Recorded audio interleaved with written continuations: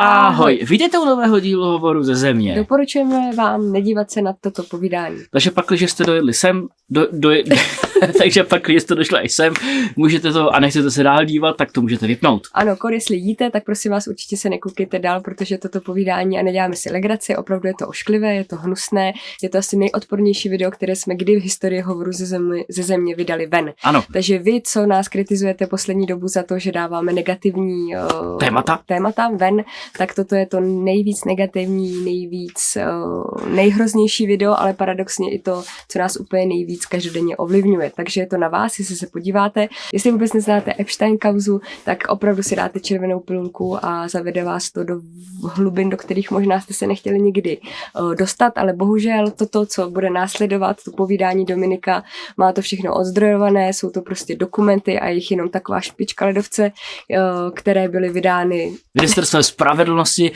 koncem roku 2025 bylo uvolněno 3 milionů spisů. Ano. Můžete je najít na stránkách www.justice.gov/Epstein. Dáváme do odkazu. Ano. Můžete si do vyhledávat, že tam je přímo i takový jako hledat jako v té knihovně. Ano. Tam si můžete zadat třeba jméno Bill Gates nebo třeba Bill Clinton. Nebo třeba Marek Jelínek. Nebo Marek Jelínek, jestli tam je, nebo třeba Dalai Lama, třeba nebo Deepak Chopra a další. A najde vám to mnoho jako věcí nebo spisů, e-mailů, týkajících se právě, přesně tak. A právě v tom, že ten pan Epstein se stýkal s těmito vlivnými lidmi. Ano. A víte co, my to říkáme i v tom rozhovoru samotným. Máme tady nějaké volby, máme tady nějakou politiku, máme tady nějaký zdravotnický průmysl, máme tady automobilový průmysl, máme tady prostě spoustu průmyslů a spoustu pilířů, na kterých stojí tento systém, kterému my samozřejmě ochotně věříme a samozřejmě podporujeme ho. Ano?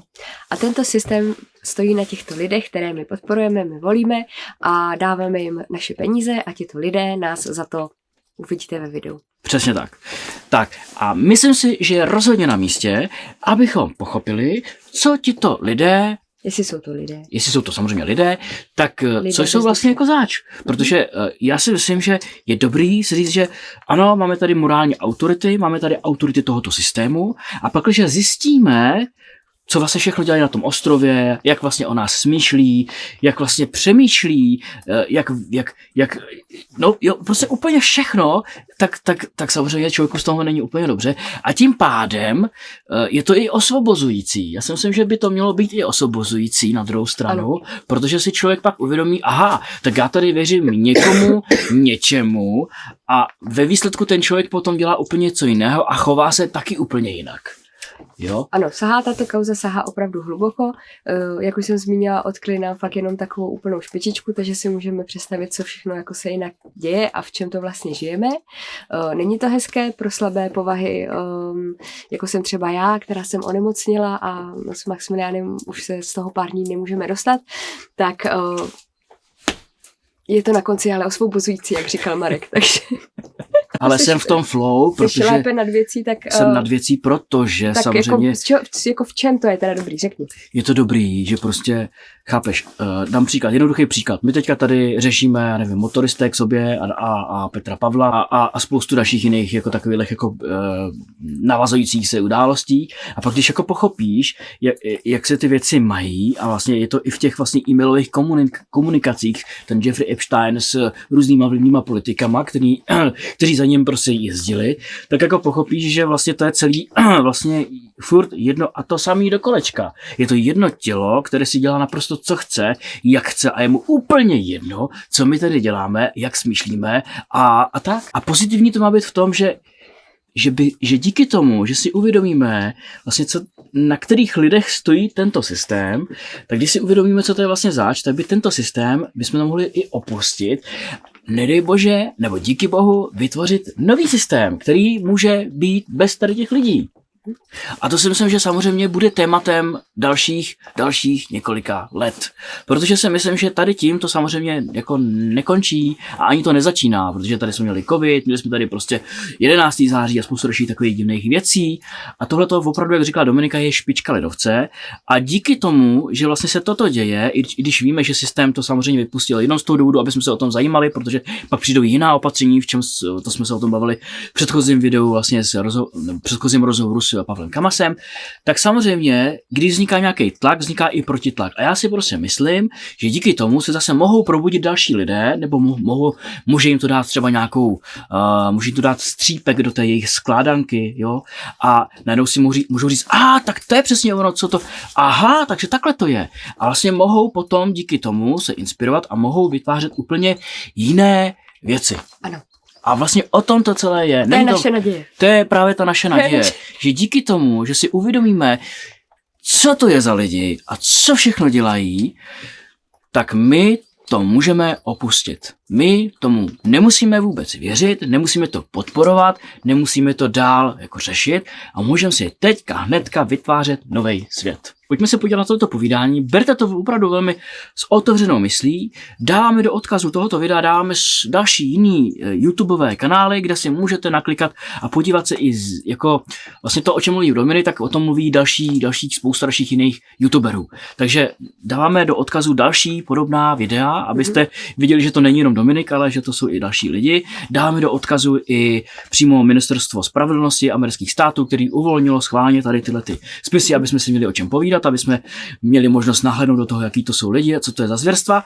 A zároveň dáváme do odkazu i to, o čem mluví Dominik, takže vlastně i jako jeho stránky každý den streamuje a řeší ty spisy, takže kdyby se chtěl někdo dostat opravdu jako do velké hloubky té králičí nory, koho by to třeba zajímalo, chtěl se dozvědět víc, tak se tam může podívat, anebo i odkaz na takovou platformu, ve které se lépe orientuje v těch spisech, která byla vytvořena, ale víc říká zase Dominik ve videu, jenom teďka zmiňuji, že prostě všechno najdete v popisku tohoto videa, když si rozkliknete pod názvem popisek, tak tam budou prostě všechny tady ty odkazy. Ano, a my jsme se, Dominika se snažila i do tohoto rozhovoru samozřejmě dát i ty originální e-maily, které prostě, o kterých se tam bavíme, takže abyste to skutečně jako věděli. A abyste jako nám věřili. Nejsou tam všechny, jich tam strašně moc a některé jsou i jako vícestránkové, i když jsem od Dominika jako jich dostala mnohem víc, ale jsou třeba na 5, na 6 stránek, tak zase jako velké spisy tam dávat. To kdyby vás to fakt někoho víc zajímalo a chtěl to vidět i v originále, v angličtině, tak stačí napsat Dominikovi a nebo si to zkusit vyhledat. Tak a ještě jednou zdůrazňuji, ten rozhovor sem nedáváme proto, aby jsme tady šířili strach, ale je potřeba se na to podívat z toho nadhledu a pochopit vlastně na čem tento systém, to tady říkám asi postý, na čem ten systém stojí, protože pak, když to pochopíme a budeme to vědět, může nastat kýžená změna. Když tomu nebudeme dávat pozornost, když to nebudeme vědět, tak furt podle mě, to moje jako nějaká tady, tak podle mě budeme furt v tom krysím kolečku a furt budeme vlastně nevědomě podporovat tento systém. Ale když to pochopíme a když budeme vědět, na čem to stojí, tak můžeme vědomě udělat nějakou změnu. To, jakou tu změnu uděláme vědomě, to přijde určitě časem. Mě teďka napadl takový příklad, já ho trošičku zjemním, než co mi jako napadlo v hlavě, ale jsem na zahradě, mám tam třeba nějaké jezírko nebo rybníček a sousedovic kočka přijde a začne se topit v tom jezírku, jo. A teď já ji třeba trošičku jako uslyším tam nějaké jako divné mňoukání nebo jako něco, ale nebudu tomu věnovat pozornost, protože zlu přece se jako nevěnuje pozornost, ano. Tak samozřejmě ta kočka se utopí, že jo. Ale když se tam třeba jako kouknu, tak budu moc jít pomoct, vytáhnout tu kočku a zachránit ji, i když třeba není moje a je mi vlastně ta kočka jako jedno, tak ji budu moc prostě zachránit a udělat tady na tom světě něco hezkého. Tak to je jenom takový jako lehký příklad toho, co on na to naráží i Dominik v tom povídání, co teďka hodně jde v té ezosféře. Nevěnujte tomu pozornost, když budete věnovat pozornost zlu bude růst, tak to úplně není a kdyby to tak bylo, tak asi už tady v tuhle chvíli žádný zlo není, protože všichni předtím zavíráme oči. Takže to už úplně končím takhle brutálně tenhle úvod, omlouvám se všem, příští týden zase budeme vysmáti, všechno bude dobré, můžete se těšit na skvělé hosty, zase z úplně jiného soudku. Ano. A zima nám pomalu končí, ale tohle to prostě jsme vydali a snad to pochopíte. A já k tomu ještě dodám, samozřejmě my jsme tady měli o ovlivňování počasí, měli jsme tady prostě o tom, že s Pavlem Kamasem, o jeho pohledu na ten svět. A samozřejmě může se to zdát, že to je jako, jsou to jako taky jako negativní témata, ale prostě myslím si, že se to bez toho jako neobejde. A zase naopak se to snažíme vyvážet tím, že tady máme třeba Tomáše Bahníka, který tady žije bez elektřiny, bez vody, prostě na louce se 150 zvířatama, Dianu Sisvartonovou, která prostě neuvěřitelně jako poukazuje na to, že ta voda jakoby je živá a že vlastně si ji můžeme normálně jako fungovat a že prostě si ji můžeme i změnit k tomu, aby prostě snažíme se to mít tak jako vyrovnané a bez jednoho by se to prostě neobešlo. Nedávalo by to potom ten celek. Děkuji vám moc krát v první řadě za to, že se spolu podělíte na tvorbě našich hovorů nebo vašich hovorů ze země. Ano, my jsme moc rádi a doufáme, že vůbec YouTube nám vydá tady to povídání, což ještě nevíme. To ještě nevíme, ale to zjistíme během toho, jestli tam, no prostě zjistíme to. Dneska to zjistíme určitě. A taky vám moc krát děkuju, že máte zájem o naše povídání, které proběhnou naživo vlastně na jaře tohoto roku. 11. dubna Tábor. 17. dubna Děčín, 7. května Brno a 9. května Veselice u Mladé Boleslavi. Super. Moc se na vás těšíme, bude to moc fajn, přijďte si s námi popovídat, uvidíme se takhle živě naživo a vstupenky jsou na hovoryzezemě.cz/naživo, popřípadě dáme to do odkazu tohoto videa, do popisku tohoto videa, no a to je asi všechno, co jsme chtěli říct. Ano, je to hodně, budete hodně zaodkazovaní dneska. Ano. Mějte se krásně, napište nám, co si o to myslíte. Budeme rádi určitě za like, za srdíčko. Říkám, nevíme, jak bude prostě reagovat YouTube na tohle video, takže budeme rádi za vaši podporu. Po případě sdílení, protože i když je to, jak to tady Marek naznačil, trochu mainstreamové téma, tak bohužel tu podstatu té kauzy, tak ta na těch mainstreamech se neobjevuje. Tam je to hodně zlehčováno a docela mě fascinuje, jak lidi na Facebookích takových těch jako i dnes a tady to, co já tam třeba taky mám ještě, tak se tomu smějí a vlastně vůbec to nechápu. Takže budeme rádi, když budete fakt šířit tu pravou podstatu, o co tady jde a děkujeme moc za to, že jste s námi. Vyvětrejte pokoje, dejte si terapeutické svíčky, jdeme do toho. Ahoj. Jsme se tady bavili párkrát, že ta moje etapa začínala vlastně u toho covidu a tam vlastně za mě jako dost důležitý, nebo co jsem nikdy jako nezmiňuji, tak já vlastně úplně první téma, kterým jsem se vlastně po covidu začal zajímat, tak byla právě vlastně Pizzagate a bylo to vlastně bylo to tady lidi, co mají rádi ty malí dospělí. No a vlastně tenkrát tak mi byl smazaný právě na základě Pizzagate, tak mi byl vlastně smazaný hnedka první TikTok, což asi možná i spoustu lidí bude chtít hnedka vědět, co je vlastně ten Pizzagate, tak já na to hnedka i navážu, co je vlastně ten Pizzagate, aby to pochopili. Ale vlastně pro mě to téma nebylo cizí a to téma pro mě bylo vlastně extrémně reálný, protože už tenkrát těch důkazů bylo obrovské množství a samozřejmě pokud chcete, tak je můžete ignorovat a můžete jako přehlížet ty spojitosti, které tam tenkrát byly, jakože například prostě kdo by si objednával prostě hot dogy do Bílého domu za prostě $50,000. Já nevím, jestli jste si někdo někdy přepočítával, kolik je hot dogů za $50,000, ale v Americe tak průměrný hot dog stojí $5 až $7. To se bavíme prostě plus minus nějakých 9 až 10 tisících hot dogách, který prostě jako potřebujete jako do Bílého domu a na ten e-mail tak odpovídá Hillary Clintonová, tuším tenkrát, že jako je sice fajn, že určitě jako nemá problém s tím, že si objednává hot dogy, ale pokud se bude objednávat do Bílého domu, to je směřovaný ten e-mail tenkrát Obamovi, tak pokud se bude objednávat do Bílého domu, tak by se mohlo stát, že na ně přijdou a pak by měli vlastně po hot dogách. Takovýhle e-mail je vlastně byl zveřejněný už tenkrát vlastně z e-mailu Johna Podesty, protože John Podesta tak byl vlastně pravá ruka Hillary Clintonové, najdete ho vlastně i v fotkách za její volební kampaní tenkrát, tak vlastně Hillary na takových fotkách a za ní je přímo Podesta. A vlastně to byli bratři Podestové, což byli vlastně její jako pomocníci a proslýchalo se o nich, že mají prostě jako různé jako sexuální choutky a tak dále, ale nic prostě jako nebylo nikdy nějak jako veřejného. Jejich instagramové účty tak jsou těch lidí jako velice podivné byly, v té době byly veřejné, teď už jsou soukromé bohužel.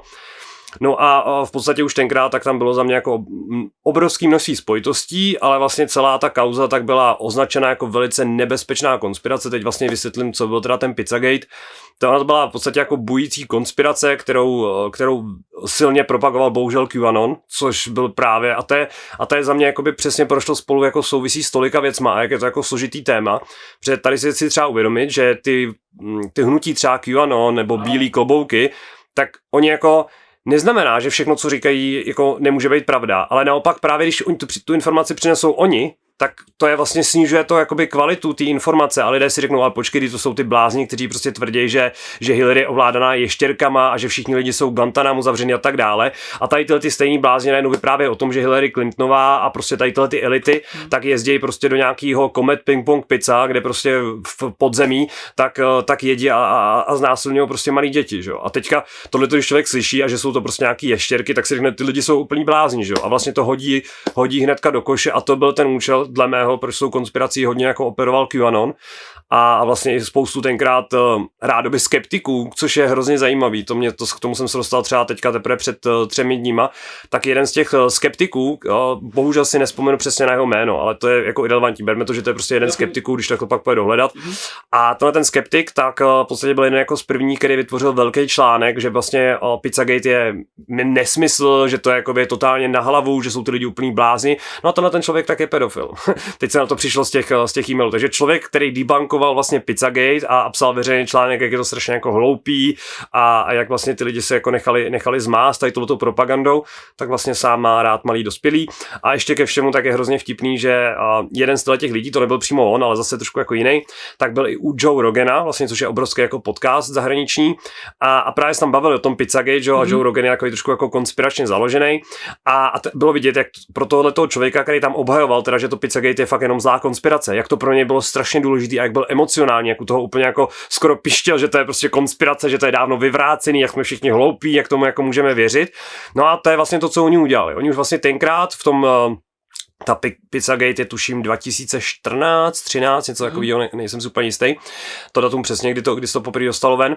A vlastně oni už tenkrát tak se jim to vlastně to hnedka hodili do koše, tu Pizzagate, rovnou to smázli ze stolu a největší jakoby sranda je, nebo kde byla ta poslední tečka za tím, že to je zlá konspirace.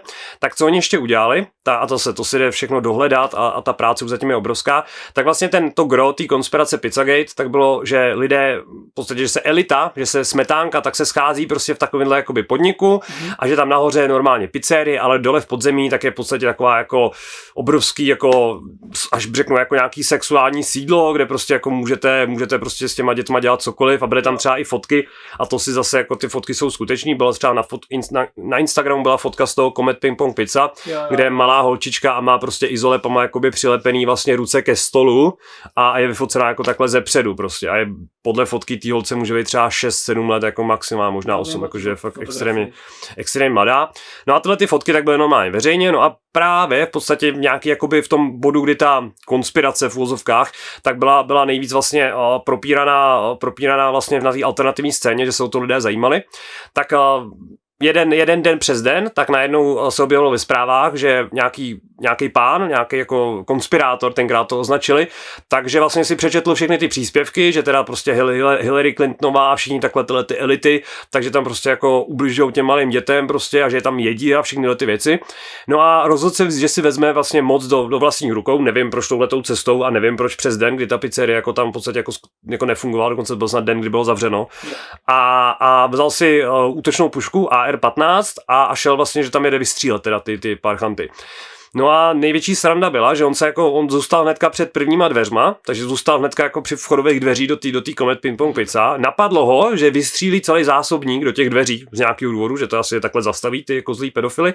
No a vystřílel tam jako ten zásobník, nikomu se nic nestalo, nikdo tam nebyl.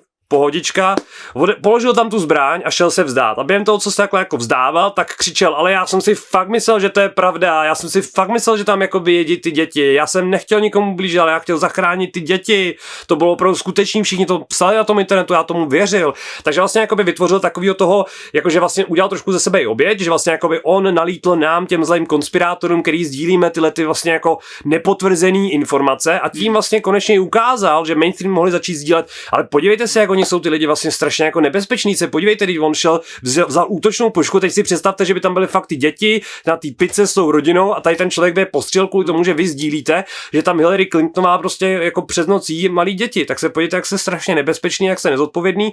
No a jediná škoda, která tam tenkrát vznikla, to je strašně zajímavý, protože on střílel přes vchodové dveře toho Comet Ping Pong Pizza, tak máte představu, jak vypadá pizzerka, že jo, budete mít nějaký vstup, že jo, bude tam nějaký pult, tam se bude rozdávat, jako vzadu bude nějaká kuchyň, že jo. No a většinou ještě někde u té kuchyně nebo někde vzadu tak bývá prostě jako počítač, kde máte nějakýho toho jako strážníka nebo někoho, nebo jenom tam máte prostě kancelář třeba jakoby denního manažera a tam bude počítač, kde prostě budete mít jako disky, kde se ukládají záznamy vlastně z kamer, který tam byly. No a normálně nevím, jak je to možný, ale to je jedna ta kulka z té pušky, jak tam střílel přes ty vchodové dveře, tak nějak zalítla za roh, až do toho jakoby řídícího místa a vlítla normálně do počítače a tam ještě vletěla do toho harddisku a zůstala zaražena v tom harddisku toho počítače, kde byly všechny ty kamerové záznamy, která ta policie teda ty záznamy samozřejmě chtěli, ale bohužel jsme se k ním nedostali, protože ta zbloudilá kulka z té pušky, jak to střílel z toho vchodu, tak zalítla za několik rohů a vlítla tam do toho počítače a zničila ten harddisk. Takže vlastně bohužel se nikdo nedostal ani k těm záznamům, co se tam jako dělo nebo nedělo. Proč já se o tohleto vlastně zajímám? No, protože tohle téma, stejně tak jako to téma, kde žijeme, tak je ověřitelný, skutečný a pracuji tady prostě jenom jako s faktickými informacemi a co mě ještě hrozně baví, tak stejně tak jako mě začala bavit vlastně tématika topografické roviny na základě toho, že mě se líbilo, jak ty lidi reagují, tak já mám tohleto vlastně stejný z toho pohledu, že mě se líbí, že já mám poprvé možnost se podívat jakoby do mysle těch lidí a podívat se do toho jejich vnitřního života. Jo, protože já si vlastně ani jako neumím představit, že bych dělal ty věci, co dělají oni, a zajímá mě vlastně jakoby, co se honí jakoby tady těm lidem vlastně v hlavě a jak jako fungují. A to je to, co zajímá jako extrémně mě, že chci jakoby pochopit vlastně jako, že je někdo schopen takovýhle zla a vlastně co ho k tomu motivuje, protože já si už nemůžu ani představit jako tu motivaci toho, že vlastně někdo nějak dělá takovýhle zlo a tohle všechno tam vlastně v těch jako e-mailech je, tohle vlastně všechno tam je včetně těch voleb, že třeba ta úroveň je prostě, že lidé věří volbám, lidé věří prostě na spoustu těch věcí a tady všechno jako vlastně v těch mailech se odhaluje to pozadí toho, jak ty věci skutečně fungují. Například je tam e-mail, kde se baví vlastně o Borisu Johnsonovi, což vlastně, že v té době byl premiér vlastně, nebo budoucí premiér vlastně Velké Británie. A teďka se bavíme ale už o Jeffrey Epsteinovi. Ano, to je přímo z těch jeho mailů, kde on tam vlastně se baví o volbách a baví se teda o tom vlastně, že budou manipulovat s volbama a baví se o tom, jako v čí prospěch budou s těma volbama manipulovat a ten člověk skutečně ty volby v té době vyhrál, to byl ten Boris Johnson. Takže my se jako bavíme opravdu o tom, že oni reálně ovládali volby, ovládají prostě jako politiku. Mluví tam o AI modulech, kdy přesně řeší jakoby jak vlastně manipulovat s těma volbama a když tam bavíme o tom, že se potkával s lidma jako je Peter Thiel, což je vlastně technokratický gigant, který zafinancoval Facebook, Instagram, Spotify, vlastně drtivou většinu aplikací, které vy máte v telefonu, tak zainvestovali tyhle pedofilové, kteří to věděli dopředu, vlastně jako, že budou ty aplikace úspěšný, protože Peter Thiel tak se prezentuje jako vlastně andělský investor, kdy on investuje právě do takových technologických firm a vlastně do každé tyhle jedné technologické firmy, do které on zainvestoval, tak se z nějakého zázraku stala prostě jedna z nejpoužívanějších aplikací na světě a diktuje vlastně ty trendy. Pro lidi, kteří fakt jako třeba vůbec jako nechápou a kteří se vůbec neorientujou a nepotkala je tady ta kauza, neviděli to nikde, tak pojďme si teďka říct. Máme tady Jeffreyho Epsteina, což je prostě bývalý finančník, miliardář. Bývalý učitel na soukromé škole. Ano. Který se potkával s vlivnýma lidma, koupil si ostrov v Karibiku a na ten ostrov mu tam jezdilo prostě mnoho lidí. Woody Allen, Hawking, Bill Clinton, Bill Gates, prostě opravdu prostě... Elon Musk ho prosil, Elon Musk plakal, aby mohl k němu na ostrov. A Ministerstvo spravedlnosti vydalo 3,5 milionu spisů, dokumentů, kde je možnost vlastně se podívat přímo na to, co ten člověk dělal, že jo. A různě si to dává jako dokupy. Tak jenom to, aby ty lidi to věděli, že tady skutečně máme nějaký důkaz, který sám ten systém vlastně jako vydal. To, proč ten systém to udělal, k tomu se dostaneme určitě později. Každopádně víme o tom, že tady pro ty lidi, kteří třeba vůbec nechápou a neví, tak ještě jenom to zmiňu. Máme tady justice.gov/Epstein, kde si člověk může vyhledat a procházet se jednotlivými spisy. Dneska, že ty jsi součástí jakési komunity, že tam je fakt jako obrovské kvantum těch dat. Takže vy neděláte nic jiného, než to, že to různě přeřazujete a dáváte to dohromady, protože to Ministerstvo spravedlnosti to udělalo vlastně chaoticky. Udělali to úmyslně nepřehledný. Tam to je za mě taky jako jeden bod toho. A to, jak jsi říkal, vlastně, aby lidé jako pochopili, o co jde, tak kdybych to měl jako velice jednoduše shrnout, tak Epstein vedl vlastně velkou organizaci na vymáhání vlastně vysoce vlivných a postavených celebrit, politiků a tak dále. A používal vlastně metodu, který se říká honeypot. což je prostě známá jako metoda, kdy vlastně vylákáváte za pomocí vlastně sexuálních praktik informace vlastně ze svých obětí. Je to využívaný od pradávna, využívají to vlastně všechny vlastně tajné organizace typu, já nevím, Mossad, MI6 a tak dále. Prostě všechny takové ty agentské organizace, když si představíte prostě Jamese Bonda, tak vlastně opravdu tyhle ty organizace jako skutečně existují, opravdu jako by mají třeba CIA, taky FBI a tak dále. Takže to jsou všechno prostě jako organizace, které dá se říct, že operují jakoby na hraně zákona, velice často ne, jakoby ten zákon překračují. Proč ten zákon vlastně mohou překračovat? Takže přesně tyhle ty organizace fungují z takzvaných jako černých rozpočtů, black budgetů, mají ty operace většinou nejsou jako plně zveřejněný, takže vlastně ten stát momentu, kdyby se na to jako plně přišlo, že to je vlastně jako státní operace, protože třeba Mossad je izraelská tajná rozvědka, MI6 je pro ně třeba britská tajná rozvědka, takže proč se to dělá takhle, že v momentu, kdyby se na to třeba přišlo, tak vlastně ten stát jakoby tak toho agenta vlastně zapře. Jo, že ten agent jakoby zároveň ví, že operuje vlastně jako bez krytí, když to řeknu, anebo to krytí je velmi omezený.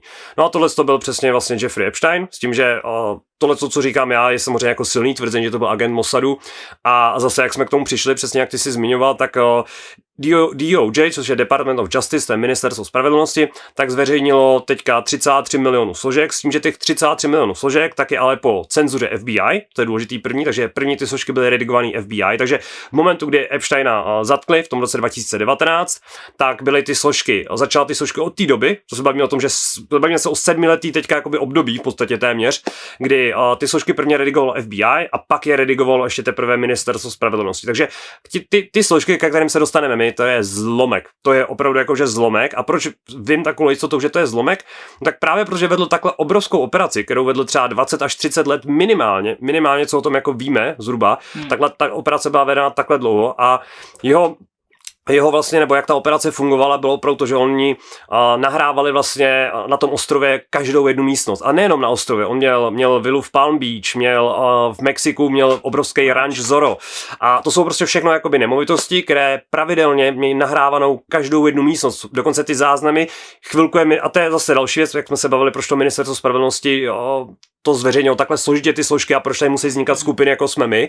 No, protože tam je vidět ten obrovský jakoby zájem vlastně jako odradit ty lidi od toho, aby to prohledávali. Tam, vy, když jdete z těch stránek toho ministerstva spravedlnosti, tak vás to vždycky háže, musíte jeden odkaz, schválit, že je vám přes 18, pomalu jakoby jim poslat jako vzorek svý krve, aby se dostal jako k tomu jednomu PDFku.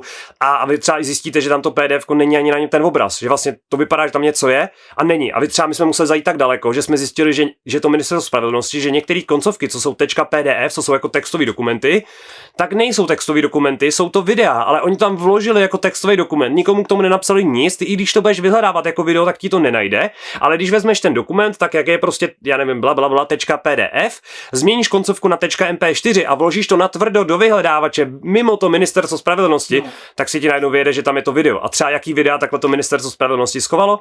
No třeba v té celé, v tom toho 9. srpna vlastně, nebo 10. kdy měl Jeffrey Epstein umřít, tak je tam vidět, že tam ten dozorce, tak tam takhle před tu kameru přesouvá obrovskou magnetickou tabuli, přes kterou není vidět přesně do toho výklenku, kde by měl být vidět k tomu Epsteinovi, tak tam přesně on přesouvá obrovskou magnetickou tabuli a je tam ten hodinový záznam a je vidět, jak on ještě 3krát tam přišel a ještě to přesunul blíž k té kameře, aby to jako opravdu nebylo jako vidět do té cely. A to jsou nuance, takže oni nám vlastně velice nám komplikují, aby jsme ty dokumenty mohli si stahovat z toho. Dál dokonce se prokázalo, že ty dokumenty mažou, takže oni zveřejnili některé dokumenty a pak zpětně ty dokumenty smazali.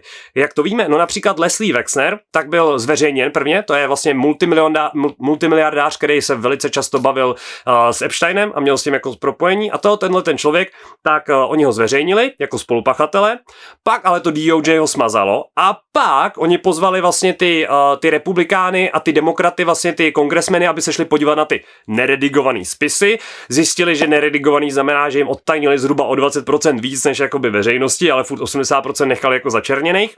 Ale stejně v těch 20%, který byly odtajněný, tak zjistili, že třeba ten Leslie Wexner tam opravdu je, takže vlastně jeden ten kongresmen Rock Hanna, tak hnedka potom jako začal prostě jako se rozčilovat a veřejně vystoupil, že tam jako minimálně 6 men, na kterých si všiml teďka, že jsou to spolupachatelé a že jsou redigováni a že by měli okamžitě odtajnit.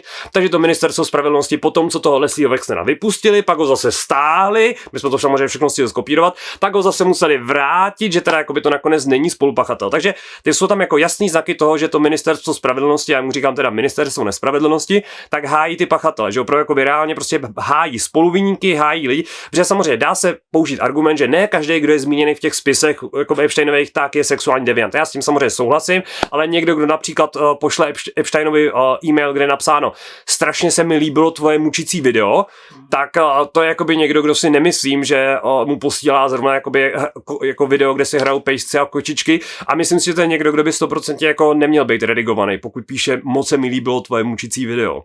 Jo, takže takovýhle lidi oni redigují, cenzurují, no a nás to právě dohnalo k tomu, že vlastně vznikly takovýhle jako komunity, které nejenom, že vlastně spolu jako dáváme dohromady ty možný jako hypotetický scénáře z těch důkazů, co máme, ale dokonce to přišlo tak daleko, že díky vlastně moderní době, tak je tady vlastně jako mnoho ajťáků a díky tomu tak oni vytvořili jako velice pokročilý vlastně program, který spojili několik AI dohromady, stáhli veškerý ty data vlastně z těch spisů, plus se vlastně vzali i ty, který oni už smazali, všechno se to vložilo prostě do jedné složky, opravdu se ověřilo, že to je všechno jakoby oficiálně, že to má všechno ty EFTA označení, jakoby, že to je opravdu takhle oficiálně vydaný. No a vytvořil se z toho takový jako vnitřní vyhledávací program, že ta AI, protože normální AI, tak co dělá, že ona pracuje ze vším, co je na internetu, jo? A většinou to je pak ten důvod, proč ty AI velice často halucinují a jsou schopní vám psát úplný nesmysly. Jenomže tato tak pracuje opravdu jenom čistě s těma dokumentama, jenom to, co je v těch mailech, prostě nejde to mimo ty maily, nic, prostě zůstane to jenom v těch mailech, jenom v těch dokumentech, jenom v těch e-messagech, v těch zprávách, co si posílá. Prostě čistě jenom to, co zveřejnilo to ministerstvo nespravedlnosti. No a třeba jenom na základě těch dokumentů, tak tam se dá třeba té AI zeptat, můžeš vyhodnotit úplně všechny ty dokumenty, co tam jsou, a můžeš zkusit odhadnout na základě veškerých těch dokumentů a komunikace, pro jaký stát z největší pravděpodobností vlastně Jeffrey Epstein prováděl nebo vedl tady tu prostě organizaci, kterou vedl, a tady tu vlastně vydírací a sexuální prostě jako mašinérii. No a samozřejmě velice vtipně, tak jako první, tak ta AI jako trvá asi 5 minut, než se tím jako prokouše, ale první, co říká, no jako Izrael, prostě má tam jako jasný konexe na Mossad, Maxwellová tak je dcera Roberta Maxwella, což je prostě jako známý superagent Mossadu, prostě jako extrémně jako známý superagent Mossadu, který má český kořeny, ano, je to tak. Takže a tam najednou jakoby hned, ale tam těch konexí tam strašně moc, třeba on i Maxwella vyplatil, jakoby Epstein tak vyplatil Maxwella, když Maxwell jakoby bankrotoval, tak mu Epstein mu půjčil $50 milionů, takže a teď teda, pardon, nechci úplně se jistě, buď to bylo jeden jako druhý, prostě vím, že jeden z nich dvou bankrotoval, teď v hlavě jakoby tak jeden z nich bankrotoval a jednomu byl jeden, jakoby navzájem si půjčili $50 milionů, takže je tam prostě obrovský jakoby finanční krytí. Pak zároveň jsou tam v těch e-mailech tak je velice pravidelná komunikace s Ehudem Bahrukem, což je vlastně vysoce postavený bývalý izraelský premiér. Přesně tak, vysoce postavený, a stejně tak tam byl s Dershowicem, což je pro změnu zase právník Mossadu. A vlastně všichni, kromě toho, že se v těch spisech jako nacházejí i v tom smyslu, že vlastně měli zájem o ty děti, tak ale zároveň ty děti tam prostě jako řeší tyhle jako interní záležitosti do takové míry, že se bavíme, že by to samozřejmě ohrožovalo jakoby vlastně jiné státy, ty informace. Takže za mě jako i samotná jako ta AI na základě všech těch dokumentů tak vyhodnotí, že je to prostě jako největší pravděpodobností to agent Mossadu, což je pak zase zároveň zajímavý, že, a to je vlastně úplně jako jiný pohled, kdo se na to dá bavit, tak vlastně tady v mainstreamu zase všude jako šíří i v tom zahraničí, že to je agent, že to je agent Ruska. No a nejsem ani teda pro ruský, ani pro západní, a tím pádem, když mi tak se objevila ta informace, tak jsme to hnedka šli taky zkontrolovat a vlastně jsme projeli veškerý ty dokumenty a tam je jeden dokument. Tam je, přísahám vám bohu, tam je jeden dokument, který je od FBI, kdy FBI z roku 2017, tuším 6. května 2017, tak se baví s nějakým anonymním jako anonymní prostě informátor, a ten anonymní informátor, kde o něm není jediná zmínka, včetně prostě jako ničeho, takže nemáte šanci to nějak jako uvěřit, tak říká, že tedy spravuje vlastně peníze, že Epstein spravuje peníze zimbabskému prezidentovi, což je nějaký Mugabe něco, a kromě toho, že spravuje ty peníze tady tomu zimbabskému prezidentovi, také ještě prý spravuje Putinovi. A to je jediná informace, která tam je, že prostě Epstein spravuje peníze Putinovi. Není to jakoby ničem podložený, a pak jsou tam ještě další dvě informace, kde jedna je 100% pravdivá, a to je, že buď je to o tom, že někam někomu posílá peníze, prostě byly tam z toho FBI spisu, tak si můžete vzít 3 informace s tím, že jednu si řeknete, že je pravdivá, jasně, ta je podložená, ta je pravdivá, pak je tam jedna informace, že spravoval ty peníze tomu zimbabskému prezidentovi, tomu klidně i jako reálně věřím, protože Afrika je tam zmiňována velice často, oni jakoby třeba jich o čem se baví v těch e-mailech, a to je naprosto reálný, tak oni se třeba baví o tom, oni takhle jak přemýšlejí ty lidi, tak oni se třeba bavili tím, že když nakrmí Afriku, tak vznikne jakoby populační problém a vlastně začneme umírat tady jako my v Evropě. A oni jako takhle oni nad tím přemýšlejí, že oni vlastně přemýšlejí na tady těch úrovních, že on se třeba bavil s tím, že budou prostě jako krmit lidi víc v Africe, nebo že třeba například přivedou jakoby některým těm africkým státům nový měny, že vědí prostě Židové. A to je tam je taky mail. A to je zase úplně jako mail, kde vás to jakoby naučí, jak mluví, jakoby, jak vnímají nás, jako nežidy, jako gojimy, že jo? A jak vnímají jakoby oni sebe a jak vlastně oni vydělávají peníze a jak máme vydělávat my gojimové peníze. A to je strašně vtipný. On tam třeba píše v mailu, že my musíme dělat tu fyzickou práci, že my musíme jako makat, prostě náš účel je, aby jsme tady sloužili. To tam je? Ano, tam je vyložen, že my máme jako sloužit, že gojimové jsou k tomu, aby sloužili. A naopak zase on vysvětluje, že oni jako Židové tak vydělávají peníze tím, že prodávají neexistující hodnoty, protože on se tam baví o tom, že budou prodávat lodní kontrakty, jakoby budoucí lodní kontrakty, NFTčka jakoby a CFDčka prostě na lodní kontrakty. To znamená, že ty jako obchoduješ vlastně s nějakou hodnotou, která je neexistující a třeba můžeš obchodovat prostě jakoby s barelama ropy, ale který nejsou nikam přistavený, nikdo s nima fyzicky jakoby nepohyboval a ty jenom spekuluješ na té ceně, jestli půjde nahoru nebo dolů. A to jsou to jako velice rizikový obchody na kapitálových trzích, ale pokud jakoby za prvý jsi schopen do nějaký míry třeba s tím trhem i manipulovat a znáš ty pravidla toho, tak je to extrémně jako výdělečný a vlastně můžeš tam obchodovat jako s pákou a tak dále, ale prostě to gro toho e-mailu je, že on tam vysvětluje, píše si s někým a dává jasně najevo, že my gojimové, tady ten plebs, tak máme makat jako rukama a máme dělat ty skutečné hodnoty, mezi tím oni jako Židové, tak budou vlastně vydělávat jenom tím, že budou jako manipulovat v vozovkách s těma penězma a s tím trhem a vlastně se budou jako přiživovat na nás. To všechno vlastně jako v těch mailech tam jako reálně takhle je, no. Já jsem chtěl jenom tady ještě přečíst, co se píše jako oficiálně, je, že tenhle člověk mezi Epsteinovi známé patřila řada vlivných a významných osobností, například mediální magnáti Rupert Murdoch, Michael Bloomberg, saudský korunní princ Mohammed bin Salman, britský miliardář Richard Branson, ten co má vlastně tu... Richard Branson, Galactic Virgin vlastně. Galactic. Jo. Režisér, to Virgin, že jo? Jasně, no. Režisér Woody Allen, herci Kevin Spacey, který už měl několikrát byl odsouzený za Alec Baldwin, Chris Tucker, Tom Hanks, britský bývalý premiér Tony Blair, zpěvák Michael Jackson, bývalý americký prezident Bill Clinton, členové rodiny Kennedyů, Rockefellerů, Rothschildů, princ Andrew, který teďka byl zatčený a zároveň zase byl propuštěný po 12 hodinách. A hlavně ví, za co byl zatčený, a to je taky co mi vadí, a to je, oni nám za to strašně jako plivou do obličeje, že oni jako vůbec nezatýkají nikoho za tady tu sexuální deviaci, za tady tu pedofil a tak dále, a všechno je to jenom za hospodářskou činnost nebo za únik informací, jakože že ty ministři zahraničí tak zveřejnili nějakou tajnou informaci, která v tom mailu je, a to je za to jediný za cestě. Já jediný, čím to jako v hlavě se snažím si omlouvat, že furt je to o tom, že to je že ten stát nějaká mašinéria, jsou tam jednotlivý kolečka v té mašině. A já věřím tomu, že jako lidi, kteří se k tomu dostanou, tak to třeba chtějí jako vyšetřit, že věřím tomu, nebo doufám, že to nebude prostě tak brutálně skorumpovaný, jako to vypadá, že je. Ale co jediné, co to omlouvá, je, že tady ta činnost, ať už tady ta hospodářská, nebo únik tady těch informací, tak je snadno dokázatelný. Prostě je to v tom mailu, vypustil si ty informace, můžeš dostat flastr. Jo, že to je vlastně jako jednodušeji prokazatelný, než vlastně ta pedofilie a všechno to okolo. Takže to je jako jediný, co mě v hlavě zatím jakoby si to trošku omlouvám, že prostě jakoby dělají tady ty věci jako první, že jsou vlastně jako jednodušší a že jsou jako nesporný. Ale to je jako jediný, čím se to dá aktuálně omluvit. Tady ještě dál je, že e-maily z října 2012 naznačují, že Epstein se v té době setkával ve své rezidenci na Manhattanu s tibetským duchovním vůdcem Dalajlámou, který je v Epsteinových e-mailech zmíněn 169krát.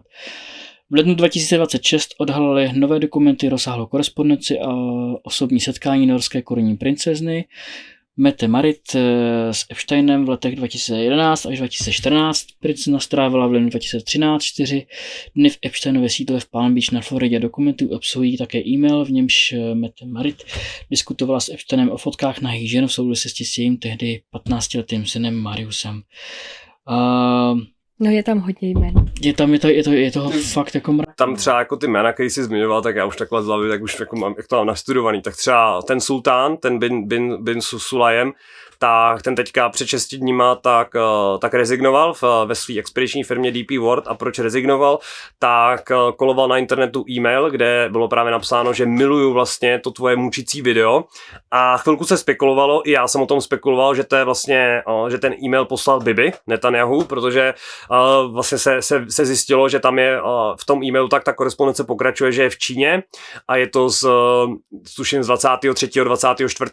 srpna 2011 tuším, a vlastně v tom stejném jakoby času tak byl Bibi v Číně a jakoby sedělo by to, ale zjistilo se, že to je vlastně že to je právě ten sultán bin Sulaim, který poslal právě tady ten mučící mail 2009, tak je to 25. dubna 2009 a je tady teda napsáno vlastně kde jsi v pořádku, moc se mi líbilo to video s mučením, jo, takže prostě a třeba tohle ten člověk, tak vlastně ještě on je zacenzurovaný, že vlastně se podíváte na jméno odesílatele a to ministerstvo spravedlnosti jakoby zacenzuroval člověka, který poslal mail, kde je napsáno, kde jsi v pořádku, moc se mi líbilo to video s mučením.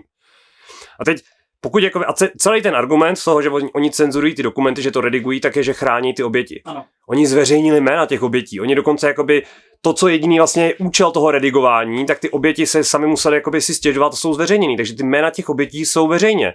Jo, takže oni vlastně to jediný, kvůli čemu to redigovali, tak ty jména těch obětí zveřejnili, samozřejmě, že ne všechny, ale zveřejnili obrovský množství těch obětí. My v těch dokumentech našli i špatný redigování některých těch obětí, takže ten jediný účel, kvůli kterému se to má dělat, a ten jediný účel, který je schválený právně, což je redigování těch obětí, a jediné, co je taky právo, tak to udělají špatně a mezi tím tam redigují prostě lidi, kteří posílají, moc se mi líbilo to video s tím mučením. Nemluvím o tom, že třeba pak z interní komunikace toho FBI, tak jsme třeba zjistili, že i ty vlastně ty jednotliví vlastně úředníci v tom FBI, tak jsou z toho taky špatný, že oni vlastně jako nevědějí, co mají cenzurovat a furt tam posílají si mezi sebou jakoby maily ty oddělení, že teda co máme cenzurovat a teďka jak máme cenzurovat tyhle sty a víte o tom, že tam je tohle, to máme taky cenzurovat. Jo, takže oni vlastně reálně tam jako je vidět, že tam je prostě obrovský jako nezájem to vyřešit a že opravdu jako úmyslně vlastně zabraňují těm lidem v tom vyšetřování. No a proto vzniklo vlastně takový obrovský množství těch komunit, že vlastně lidé třeba i se snaží vlastně podle typografie, že vlastně berou jakoby ty jednotlivý písmena a znají vlastně jakoby ty jednotlivý fonty, znají jakoby mezery mezi těma jednotlivými fontama a tak dále, že jsou to jako specialisti a snaží se vlastně jako odhadovat, jakoby, že jsou schopní pak, že tam ti vidí, že ti třeba v pixelech překrývá třeba začátek prvního písmena a třeba poslední písmeno. Takže oni jsou schopni určit, který je to první, který je to poslední a jsou schopni zhruba doplnit jako velikostí, jaký jméno by tam bylo a kdo by tam třeba pasoval. Takže jako těch lidí, který tam bylo, tak bylo strašně moc. Ty třeba si i zmínil ten Palm Beach, tu vilu, tak to je hrozně vtipný, protože ještě jak se bavíme o tom vlastně, kdo může za to, že to je teďka tak špatně se vyšetřuje a kdo může za to, že to je takhle nepřehledný, no tak za to může samozřejmě ministryně spravedlnosti nebo nespravedlnosti a to je Pam Bondi. A tam je hrozně jako zajímavé, že ta žena, tak už se vlastně v tomhle té kauze, tak už se vyskytla právě v tom roce 2006 a 2008, kdy ona vlastně byla ta, která se postarala o to, aby vlastně Epstein byl tak vlastně jako tak špatně vlastně odstíhán a tak vlastně jako dostal tady to absurdní vlastně jako vězení, co on dostal, protože to taky mnoho lidí neví a to kdyby lidi věděli, tak by taky šíleli. Vemte si, že on byl v roce 2006 a 2008, tak byl vlastně soudně odsouzený jako uznaný pedofil, prostě sexuální deviant a on dostal za prvý, že mohl normálně chodit ven, takže on sice byl ve vězení, ale měl pracovní vycházky a mimo ještě ty pracovní vycházky, tak měl ještě plea deal, že vlastně to bylo spojený jakoby work deal a plea deal, že to byly dvě speciální dohody, které se normálně nesmí dávat sexuální devy. To se nesmí dát nikomu, kdo je nebezpečný, protože v čem to spočívá je, že vy můžete normálně jakoby se pohybovat venku a jediný, tak musíte chodit večer jakoby do věznice se vyspat a zkontrolovat jakoby na noční. Takže prostě ten člověk v úzovkách, jakoby, a ta noční kontrola, díky tomu, že vlastně i víme, jak byl ten zpřísněný vlastně dozor během Epsteinovy smrti v tom vězení, kde on pak byl, tak to počítání vězňů od 12 do 3 do rána. Takže on vlastně jakoby, když to řeknu o půlnoci, někdy před půlnocí, on musel dojít do vězení, tam se nechat spočítat a když to přeženu, tak on mohl se zase sebrat a odejít. A tohle byl jakoby režim, který on měl 13 měsíců, dostal původně 16, byl tam jenom 13 a tenhle ten režim on měl, takže on mohl chodit ven, mohl si dělat co chtěl, mohl chodit kamkoliv, mohl být pod vlivem čehokoliv, nic se z toho neřešilo. Prostě jenom si večer přišel vyspat do toho vězení, počítat se jakoby od 12 do 3 rána na spočítání vězňů a to je všechno. A to je jakoby konec. Takže o tohle všechno se postarala Pam Bondi, která byla v té době prostě byla vysoce postavená, měla na starost ten jeho případ. No a ta stejná pan Bondy, která se postarala o to, aby Epstein nebyl odstíhaný, nebo dostal tady to absurdní jakoby dohodu a tady tu možnost, protože jemu tenkrát hrozilo 40 vlastně potenciálních jakoby poškozených se přihlásilo, 38 těch poškozených, tak jim to buď nebylo uznáno, nebo byli uplaceni a vlastně jenom 2 ty holky tak se nenechali uplatit a na základě těch 2 holek tak on dostal vlastně ten jakoby prostě absurdní jakoby trest. A teď si jenom vemte, že ten stát, jedna věc je, že jakoby ty holky vzaly ty peníze. Jakoby to ať si každý vezmeme, co chceme, já chápu zase z toho pohledu těch holek, že prostě třeba věřili tomu, že se to nevyřeší, bla bla bla, chtěli mít o toho klid, báli se cokoliv. Jsou dohody, které se neodmítají a tak dále, prostě plato plumo, že jo, olovo nebo peníze, že jo. Jako jde tam vymyslet spoustu scénářů, ale já nechápu ten stát, že ten stát je ukaz toho, jak ten stát je extrémně skorumpovaný. Protože pokud víte, že tady je nějaký prostě sexuální predátor, který ubližuje prostě dětem, tak je přeci jedno, že ty děti, kterým zaplatil, tak už teďka nejsou děti a jsou to ženy a vzali si peníze, že přeci furt tam jakoby proběhla ta společenská jakoby škodlivost je na takový obrovský míře, že vy můžete s jistotou říct, že ten subjekt tu společenskou škodlivost bude páchat nadále i potom i tomhle tom jakoby nějakým v vozovkách trestu, který není ani trest. Tím pádem oni věděli, že bude dál jakoby páchat tu činnost a oni ho vlastně nechali dál to dělat s tím, že prostě 38 obětí najednou budeme ignorovat, i když třeba vzali peníze, jako to je jedno a nechali ho to dál dělat. A vlastně ta stejná pan Bondy tak byla teďka jmenovaná Trumpem jako ministryně spravedlnosti. Takže tohle je vlastně ta žena, která může za to, že to je tak nepřehledný, že se to cenzuruje, že nám vlastně jakoby ty protože oni měli zveřejnit ještě všechno. Oni teďka v lednu měli zveřejnit všech těch 6 milionů dokumentů. Nemluvím o tom, že to jako 6 milionů není celý číslo, to prostě není celý číslo. Pokud vedete 30 let operaci, kde nahráváte, sledujete, odposloucháváte, vyjednáváte všechny ty dohody. Já mám ve svém počítači 6 milionů složek a jsem prostě běžný normík. Já mám 6 milionů složek, jo? Takže kolik těch složek bude mít ten člověk za 20 let operace? No jasně, to budete mít pravděpodobně i vy. Že oni, víš, jak to počítá to DOJ, oni berou, že každý jeden obrázek, každá jeden file, kde bude prostě jakože nějaký jenom skript malej nebo něco takového, prostě, když to řeknu blbě, ty si na něco počítačovou hru a jedna počítačová hra má třeba 300 000 složek, klidně, když to řeknu, tam budou ty jednotlivý textáky a oni tohle berou, že každý jeden dokument, takže oni takhle jako vlastně to i nafoukli trošku, když to řeknu, a nedali vůbec nic, jako opravdu nedali vůbec nic, protože tam se bav o tom, že to je opravdu, třeba to by byly terabajty, jako na video záznamů jenom z těch jakoby tajných místností, prostě jenom všechny ty jako vydírací videa. Vemte si, že on měl jakoby složky na každého jakoby jednoho člověka. A třeba vemte si, že on měl trezory, kde v těch trezorech byly DVD nosiče a Blu-ray nosiče a CD nosiče. Teďka jako ty asi nebyly prázdný, že jo, protože kdo by si ukládal prázdný nosiče do trezoru, jo, vedle diamantů, tam byly prostě diamanty a pak vedle tohodle, takže to je vidět, že pro něj to mělo jako ekvivalentní hodnotu jako ty diamanty, nebo možná i větší, že jo, a měl to prostě v trezoru. A tohle my o tom nic nevíme, tohle prostě jak kdyby zmizelo tady ty věci, to není nikde nahrátý, nikde se o tom neví, a to jako, a vlastně těch videí, a já třeba zase chápu, že ministerstvo spravedlnosti nám úplně jako nezveřejní vlastně jako, když to řeknu, snuff videa a nezveřejní nám prostě jako, kde prostě jako si hrajou jako s malýma dětma, ale jako minimálně bychom měli vidět, že to existuje a mělo by to být prostě zaeditovaný a mělo by tam být prostě tohleto jako nevypustíme ven z toho, že to je prostě specificky vlastně jako spadá do kategorie prostě dětské pornografie a je to prostě jako jsou tam tyhle ty lidi, dělají třeba tohle a bylo by to jenom popsaný. A to jako s tím bych byl, OK, ale oni neudělali ani tohle. Oni prostě dělají, jak kdyby tyhle ty všechno, kdyby to nebylo, kdyby to neexistovalo. A vlastně ta pan Bondy, tak to je vlastně ten důvod, proč to teďka se jako nedá vyšetřit s tím, že teďka úplně jako poslední informace, než už nechám pan Bondy bejt, tak ona zveřejnila vlastně obrovský dokument, kde je teďka 300 men plus minus a to je vlastně právě v úzovkách seznam, kde zase, proč oni to udělali, teďka všichni si říkají, jo, je venku seznam a já jsem viděl, že i těma jakoby konspiračníma vlastně jakoby tokama, tak na chvilku prolítala ta informace, že jo, je ten seznam, ale pak se zjistilo, že ten seznam, co oni udělali, oni vzali všechny ty jména, přesně jak ty jsi řekl, Michaela Jacksona, ale přidali tam i Marilyn Monroe, prostě přidali tam Franka Sinatru a prostě jako úplně jako lidi, kteří vlastně buď se s ním jako nikdy nemohli s Epsteinem jako nikdy potkat, už byli třeba i mrtví v době, kdy on byl jako malý dítě, ale proč to oni udělali? No vzali právě seznam těch viníků, těch pedofilů, hodili tam prostě třeba dalších 200 normálních lidí v vozovkách nebo lidí, kteří s ním nemají nic společného a teďka vlastně každý je na tom seznamu, takže vlastně kdokoliv do teďka bude dotázán, jakože ale tady prostě Tom Hanks, ty jsi na tom seznamu. No jo, na tom seznamu je i Marilyn Monroe, Madonna, tam jsou prostě úplně všichni v uvozovkách, Madonna by byla, ale jako jsou tam prostě lidi, kteří s tím nemají nic společného, tím pádem jako ten seznam vlastně nic neříkající. Jo, takže oni vlastně i zveřejnili seznam, který vlastně nic neříká a vlastně jenom dál a dál čeřejí vodu a dál dělají jako nemožný to vyšetřit. Hodně jsme se tady bavili prostě Izrael, Amerika, tak když si vezmu takového běžného člověka, tak si třeba řekne jako no ale tak mi se to netýká nějaká americká kauza, tam si západ je zkažený. Proč my bychom se o to měli vůbec zajímat? No, pojďme do té podstaty vlastně úplně. Protože ta operace se samozřejmě jako funguje tady jako 100%, úplně jako bez špetky pochybností. Nemluví o tom, že zrovna vlastně před pár dny, jak jsem měl možnost mluvit vlastně s Grunwaldem vlastně o tom, s Jaroslavem a on vlastně to zažil, tu situaci, kde on vlastně sám jako byl vlastně jako zneužíván a byl vlastně prodáván tady těm elitám a on sám vlastně jako popisuje, že to tady fungovalo před 30 lety za komunismu, tak se bavíme o tom, že ta operace tady fungovala vlastně jako, a mohlo to být jiný lidé, jo, to nemusel to být vůbec Epstein, ale ta stejná vlastně jakoby kriminální činnost, ta stejná organizovaná trestná činnost, tak tady fungovala za komunismu.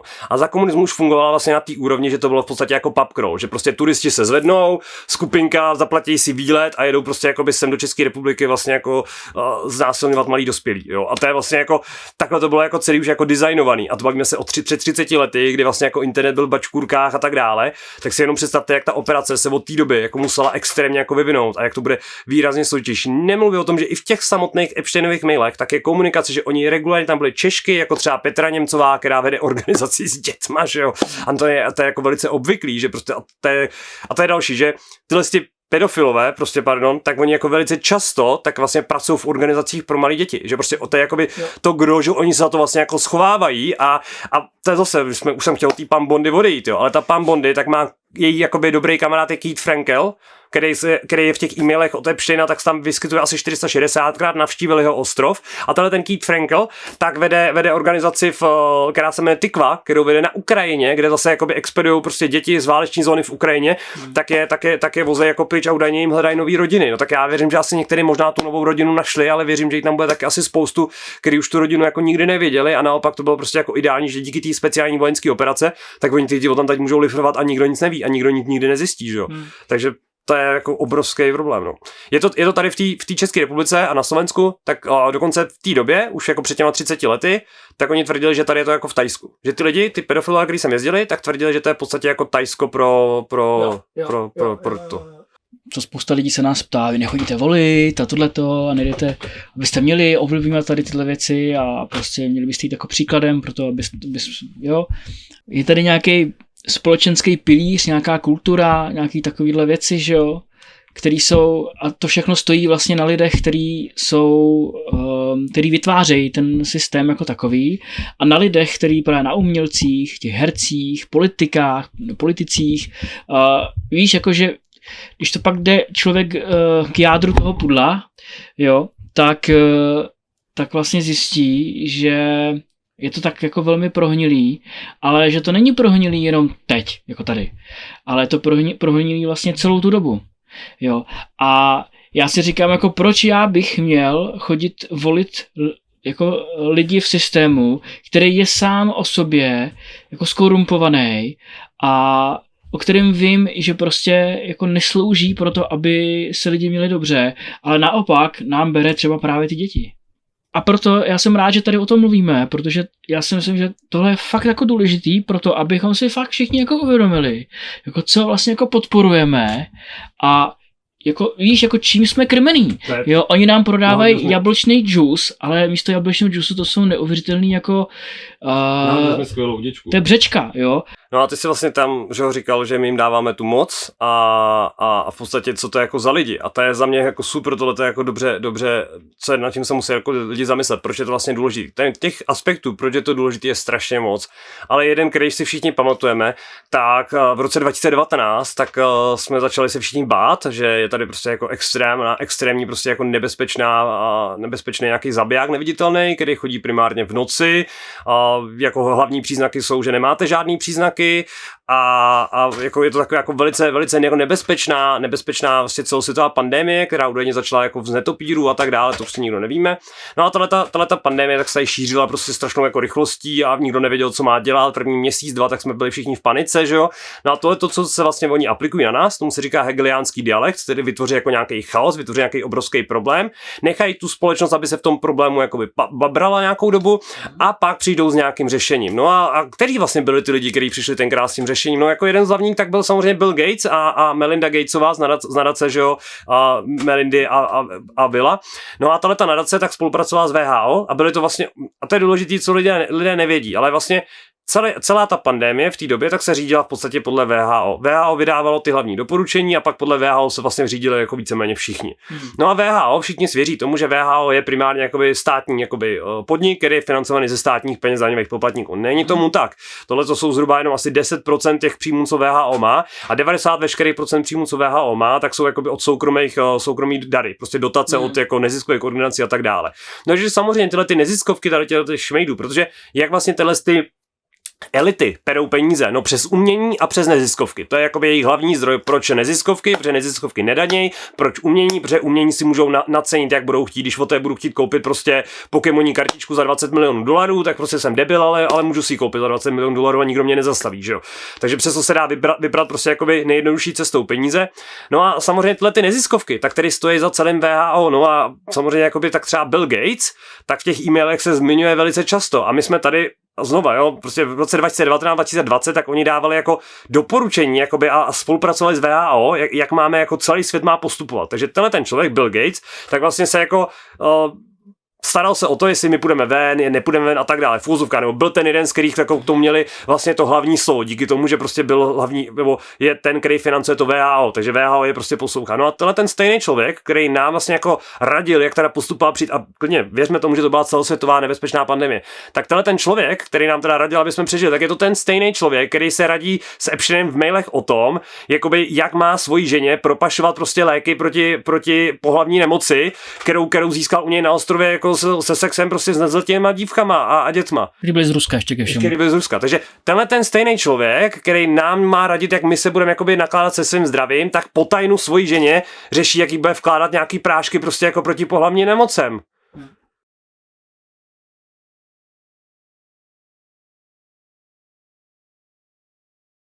To je za mě to je úplná absurdita, aby jsme se jako vlastně představili, že tyhle lidé, kterými jsme brali jako ty autority, jako nějaký vzory, tak jsou vlastně jakoby v tom reálně dělají věci, které by nás nikdo nenapadlo. Protože kdo z vás někdy přemýšlel nad tím, jak propašuje svoji ženě prostě léky na pohlavní nemoc jako do pití, a jestli to pozná nebo nepozná, jestli to uškodí nebo ne. Jo, to jsou prostě, no a pak ten samozřejmě jako, jestli o tom mluvit nebo ne, tak to slyším taky často, tady ty ezokeci prostě, že se o tom jako nemá mluvit a jak prostě tomu jako nemám dávat tu energii a že když tomu dávat energii, tak to poroste. No, jako takhle, ta operace tu funguje 30 let, vy jste o tom tady většina z vás nikdy nevěděli, že se tomu tu energii nedávali a ty děti jsou znásilněný tak jako tak a vaše energie byla všem úplně ukradená. Nemluvím o tom, že jsou tam třeba maily, kde on tam jako vyloženě třeba píše, že jedna ta holka tak se modlila k Bohu a fakt věřila, že ten Bůh je jako vedle ní a on jí stejně zabil. Ale tam co to tam jenom píše na konci, jakoby sam píšou s někým a on tam napsal whoops. Jako takový to jako whoops, jako stalo se chybička prostě a tak se mi zabili, když věřila v toho Boha. Jo, takže jestli je něco nezajímá, tak je to, jak channelujete nebo nechannelujete vaše energie, protože prostě oni se na vaši souhlas neptají. A jak lidé žijou v tom, že tady nějaký jako karmický, jakoby nějaká karmicky vyšší síla, že na všechno potřebujeme ten souhlas. No tak ten souhlas, ale oni mají v momentu, kdy prostě my víme, že tady ty pedofilové jsou. Tady lidé, kteří o tom mluví prostě od malička, jsou lidé, kteří to tady zažili. Prostě je to tady něco, o čem víme strašně dlouho. Jenomže problém je, že tady se naopak to podporuje. Tady jsou organizace, jako je třeba Čepek, kde prostě vy si otevřete jako tu organizaci českých pedofilů a vy zjistíte, že oni tam ve fóru prostě jako píšou normálně ty pedofilní sračky, prostě tam jako píšou, že hledá 13letou holku a tam napsáno, že mu je třeba 18, prostě jako ty pedofilové tam normálně jako by hledají, mají tam napsané jako svoje preference a prostě je to jako normálně jako pedofilní fórum, takže prostě to je fórum, kde prostě ty lidi měli okamžitě většina z nich jako okamžitě jako by zavřená, jako by stíhaný, ale oni tam jako se povídají a je to celý jako pod tou záštitou, že pedofil je taky člověk, on si jako nemůže vybrat prostě jako za to, koho má rád a tak dále, takže oni vlastně jako tohleto podporujou. A tohle je za mě jakoby ten souhlas, jakoby, oni nepotřebují víc souhlasu, oni nepotřebují, aby ke každému jednomu činu, aby jsme jakoby si jak manifestovali, nebo aby nám to ohlásili, hele, dívej, jdu udělat tohle, nebo jdu udělat tohle. Ne, oni to dělají, oni jakoby vědějí, že jim za to nic nebude, vědějí, že v roce 2006, takže tady byl ten soud, za který dostal 13 měsíců. No tak pokud jakoby sexuálnímu deviantovi a někomu, kdo tohle to dělá a baví ho to a je to jakoby nějaký součást jeho, tak mu dáte 13 měsíců trest, kdy on může chodit ven během toho, může si dělat cokoliv, může dál páchat tu trestnou činnost, protože to je hrozně vtipný. A ten moment, kdy on byl v této vězení, kdy mohl chodit ven, tak on dál normálně, že ho pracoval a tak dále, takže dál komunikoval přes ten Gmail a tak dále. No a z nějakého záhadného důvodu, tak na to, že máme jakoby e-maily prostě za několik jakoby let, prostě za obrovský jako množství, tak zrovna tady to období, to 2006, 2007, 2008, tak v těch e-mailech v podstatě není. Takže to znamená, že to DOJ nebo to FBI, že já pochybuju, že prostě najednou v roce 2006-2008 nepoužíval Gmail, když ho používal celou dobu, jo? Takže ho používal, jako používal na začátku, jako používal na konci, no ale tyhle ty roky tam nejsou. Takže prostě je vidět, že ten moment, kdy on byl jakoby v vozovkách ve vězení, ale chodil normálně ven, tak to DOJ anebo FBI, tak ty maily smazali. No a já se konspirátorsky si nevím, proč je smazali. No protože velice pravděpodobně se tam těch mailech bavil úplně stejně, jako se baví teďka ve všech těch ostatních mailech, takže tam prostě pro tohle člověka, a to je důležité ještě zmínit, on třeba takový ty jako tajný plány, takový ty jako mastermind plány, že udělám jako zničím celý svět a jak to udělám a tak dále, tak to psal v šifrách. Tohle psali tajně, to si šifrovali. Ale jako pedofíly třeba už nešifroval. To prostě on si jako bez problémů posílal fotky 10letých holek a psali, že prostě malí děti jsou jako krevety, jenom utrneš hlavu, necháš si tělíčko. Jakože oni se o tomhle bavili, to jim bylo vlastně úplně ukradený. Ale pak takový ty plány v pozadí, takový ty prostě třeba depopulační plány, nebo prostě jako, že třeba stavěl prostě AI farmy jako na děti, že chtěl klonovat děti a tak dále, tak tady ty věci už psal jako trošku jako ne úplně tak přímo a ještě kanibalismus. To je taky jako úplně další jako téma. Kanibalismus taky v těch mailech je šifrovaný, ale pedofilie třeba v těch mailech šifrovaná není. A já jsem si úplně jistý, že ty maily z toho roku 26, 27, 28 tak smazali z toho důvodu, že by se teďka bychom se na to všichni podívali a všem by došlo. A počkejte, neměl být 26, 27, 28 ve vězení? Tak jak to, že tady znásilňoval holky, prostě když měl být ve vězení, jak to, že tady píše, jo, vy jste to vlastně pustili ven, no jo, tak to je vaše chyba, že jo. Takže proto si myslím, že tyhle maily třeba zrovna smazali, no. Tady je, znám Jeffa, 15 let, skvělý chlap, je s ním velká zábava, dokonce se říká, že má rád krásné ženy stejně, jako já. O mnoho z nich je na té mladší straně. Trump v roce 2002, co o něm prohlásil. A mimochodem, on tam je taky, že to je jeden z hlavních. Trump jmenoval tu Bundy, jako tak. Trump jmenoval ministryni nespravedlnosti pan Bundy byla ta, která v roce 2006-2008 se postarala o to, aby ten pedofil mohl chodit na svobodě a teď ta stejná ženská tak se stará o to, aby to neostíhali zase. Mě fakt jako nejvíc fascinuje, a když člověk opravdu má ten kritický pohled, a není jako ten konspirátor, ale řídí se tady podle těch napsaných faktů, který jsou tady, že jo, z těch e-mailů.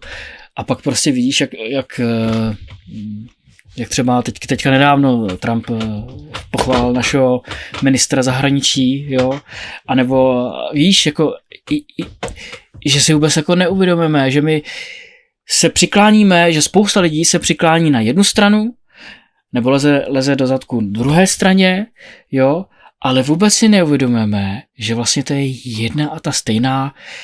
jeden a ten stejný prostě otvor, jo, a že se to vůbec jako neuvědomujeme.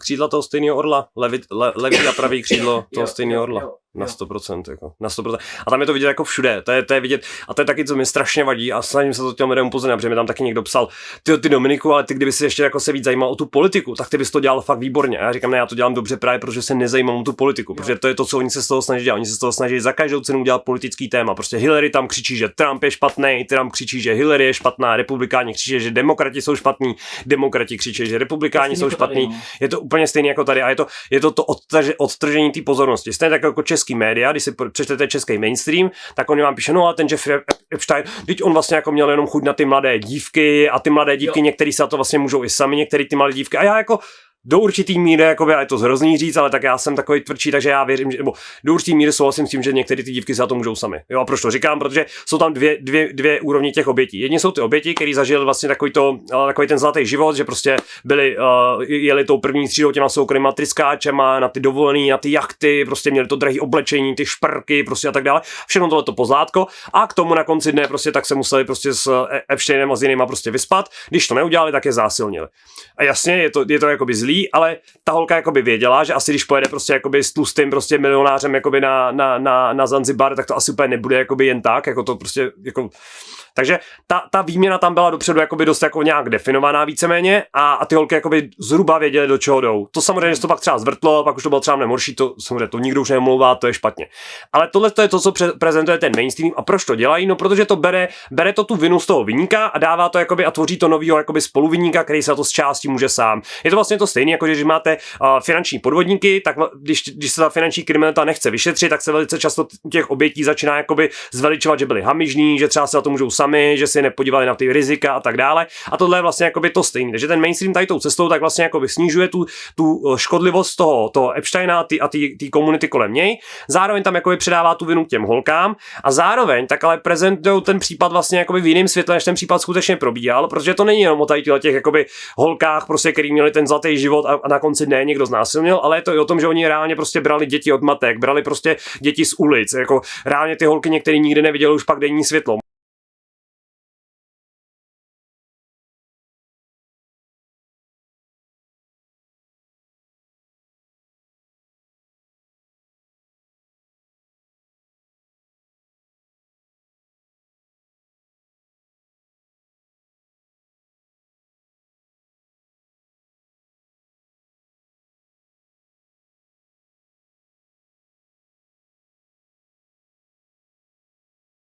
Bavíme se o tom, že se tam prodávají sexuální hračky na internetu, takže máte jakoby darknet, což je prostě internet pod internetem, kde tady ty lidi tak brali prostě lidi z ulic a prostě jim třeba v úzovkách jako na rovinu oddělí končetiny, oddělí jim prostě ruce, nohy, vyrazí jim všechny zuby, proto jakoby i vlastně Epstein tak měl zubní kliniku na svých těch. Ano, tohle je 100% tím důvodem, protože ty živý sexuální hračky, to má jako jméno, říkají se tomu jako živý sexuální hračky, jako live sex toys. A tyhle živý sexuální hračky tak se prodávají na darknetu. Tady, o čem ty mluvíš, tam jsem ještě teda nedošel, jo. To je pro mě jako věc, která jako fakt jako pro mě nová. A tohle to je v těch e-mailech? No není to tam zmíněný jako takhle, jako do detailu, to samozřejmě ne, ale tohle už je něco, co jsme jako pospojovali prostě. My víme, že tohle to funguje, tohle jako na darknetu, to si vyhledáš na darknetu, když by si chtěl, tak to jde vyhledat na darknetu a existuje to. Tak berme to, že tam ty maily prošly dvojitou redikcí, takže jestli tam něco bylo, tak už smazalo pravděpodobně FBI, nebo to smazalo to DOJ. A ten point jakoby tohle je, že tohle je vlastně to, co se s těma lidma jako reálně dělá. Má to pak jako dvě ty úrovně. To jedna je právě, a to je to, o čem se jako nemluví, a ty oběti, když jsou, tak se jako třeba jsou jako nepřímý jakoby svědectví o tady těch jako aktivitách, ale jsou třeba například je tam v podstatě jedna bych to ještě je tam třeba holka, kde má video, kde ona tam právě popisuje z roku 2019, kde ona říká, já jsem pravá oběť. A proč o mě jste jakoby nikdy neslyšeli, no, protože právě Ministerstvo spravedlnosti a FBI tak vlastně jakoby nedávají možnost tady těm jakoby skutečným obětem, aby promluvili, a to jsou právě ty oběti, kteří zažili ty mnohem horší případy. Jo, že tam jsou třeba maily, kde jsou to prostě svědectví těch holek, kde tam právě popisují, že třeba jim prostě zmizel brácha, už ho nikdy neviděli a tak dále, a že byli sami prostě byli pašováni prostě po celém světě a zažívali prostě jakoby to znásilňování a tak dále. A to je právě to, o čem se jako vůbec nemluví. To je ta řekněme temná stránka celého toho, která je schovaná zatím, a právě jakoby tomu mainstreamu a těm běžným lidem tak je mnohem jednodušší ukázat, hele, jsou tady ty holky, které jezdily prostě na drahé jachty a zažili tohleto, ne, že se tady jakoby děje tohleto vlastně a že ty holky vlastně nezažily nic z toho dobrýho a že zažili to nejhorší a že naopak dokonce už jako chovají lidi, a to je právě ten cíl, proč oni tohle jako pěstují. Těch jakoby důvodů, proč on vlastně se zabýval takhle genetikou, tak je jako mnoho. Za prvý, nesmrtelnost za každou cenu, to je něco, po čem oni prahanou, a je to nějaký jejich ultimátní cíl, chtějí nesmrtelnost. Dál samozřejmě tak jsou to kanibalové, takže jsou kanibalové, takže vlastně jejich jako představa, to je zase, to opakuje vlastně ve strašně moc filmech a tak dále, že nás chtějí pěstovat nebo že nás chtějí chovat jako jakýsi baterky, jakýsi zdroj vlastně jako obživy, a pro ně zase jakoby jedna věc je brát ty lidi z ulic, kdy prostě jako když bereš jako chudáky, tak je velice pravděpodobně, že nikdo se ho nikdy hledat nebude, ale může se stát, že někdo někdy ty lidi hledá. Mezitím ty lidi, který jako vychováváš vlastně už jako, nebo pěstuješ si a chováš si jako k tomuhletomu účelu, tak ty nikdo nikdy hledat nebude. Jo, což prostě, takže je vidět, že jako měl několik účelů, proč vlastně fungovali v této genetice a chtěli klonovat ty děti, takže bylo to, dle mého, tak to bylo nejenom jako na potravu, ale i to bylo právě jako za účelem prostě těch sexuálních hrátek a tak dále. A teďka třeba jenom zakonspiruje jeden e-mail, protože ten e-mail je skutečný, ten e-mail existuje, ale dá se vyložit jako mnoha způsoby, a v tom e-mailu zní, že se má za ním zastavit na ostrov, že tam má připravených 10 jednoletých holek. A teďka 10, že v tom e-mailu píše někomu, že se má stavit za ním za ostrov a že tam má připravených 10 holek jednoletých, 1 year old. Takže ten 1 year old je taky ještě vtipný v té angličtině, jak to bylo napsaný, tak jako 10 jednoletých holek.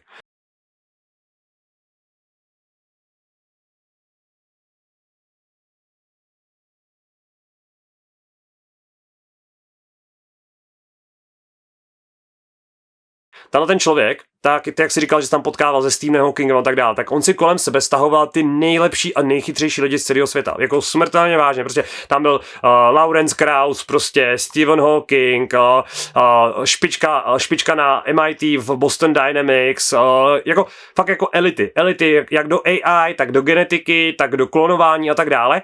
No a v roce 2013, tak mu tam píše Frér, že vlastně jako, že už ho jako nezastaví nic v tom klonování, že už prostě jakoby je tak daleko, že už jediný jakoby, co ho brzdí, tak je etika. Jo, to mailu je jakoby opravdu, že to jediný, co ho vlastně jako brzdí, tak je nějaký jako etický jako přístup k tomu. A vlastně víme, že lidi, kteří jako jedí a znásilňují malí děti, tak moc etiky mít nebudou. A v roce 2013 tím pádem už jako se bavíme o tom, že už byl takhle schopen jako klonovat do té úrovně, pravděpodobně.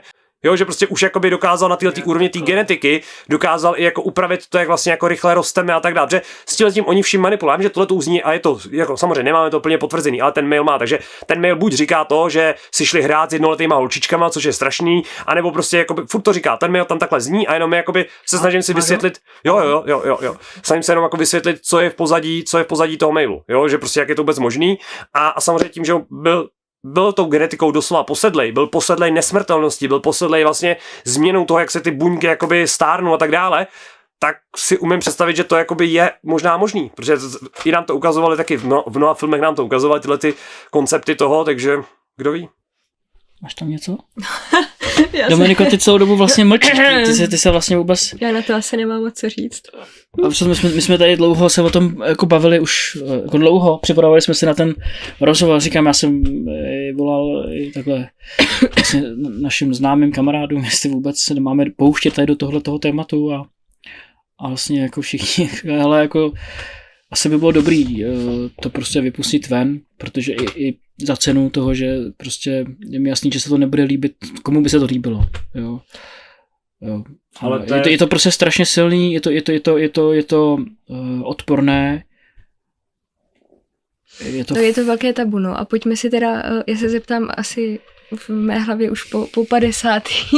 ale tebe asi teprve po druhý. Jestli můžeme mít ještě víc trošku do té podstaty, proč bychom se teda tady o tohle měli zajímat? No určitě, tak na to jsem vlastně chtěl asi jako říct teďka a to je, jako lidé říkají, že se o to nemáme jako zajímat, nebo že tomu nemáš věnovat energii, že ty věci se právě jako dějou a to je právě to kvůli čemu to dělám já takhle jako na krev a to je vlastně proč vlastně i řeším tu tématiku prostě té fyziky toho našeho světa, protože ty věci tady takhle jsou a ty věci se jako nezmění, když o nich vědět nebudeme nebo ne. Teď tato operace tak tady funguje třeba 30 let a bereme, že prostě jak se říká, že prostituce je jako nejstarší řemeslo, tak tyhle ty jako špionky a agentky, které mi ukazují v těch filmech, že jsou to ty frárky, jak tam se perou a skáčou ty salta a tak dále, tak to jako ve skutečném světě není. Ve skutečném světě tyhle ty agentky tak všechny vedly tu strategii těch honeypot jako pastí, tedy v podstatě to byly všechno jako luxusní jako společnice a prostitutky a tato jakoby sexuální operace tady funguje od pradávna a bohužel jako obětování dětí a tahle stav jakoby sexualizace dětí, tak je tu taky dlouhodobě. A to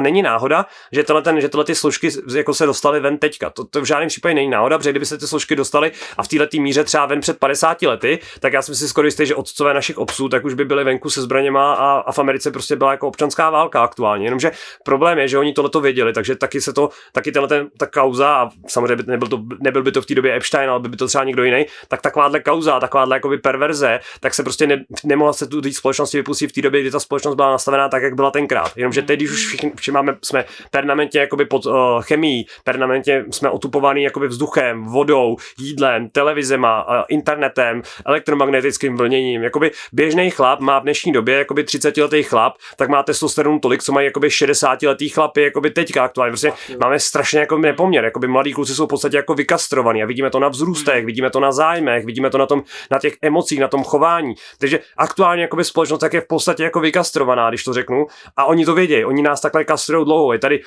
když se budeme bavit o pornu, jako zase židové, prostě jakoby za pornem stojí jakoby židové, aškenáský židové stojí prostě za pornografií, za OnlyFans, prostě jak OnlyFans vydělávají modelky OnlyFans, tak vydělávají víc než dnešní sportovci. Takže jakoby feminismus zase vymyslel Žid.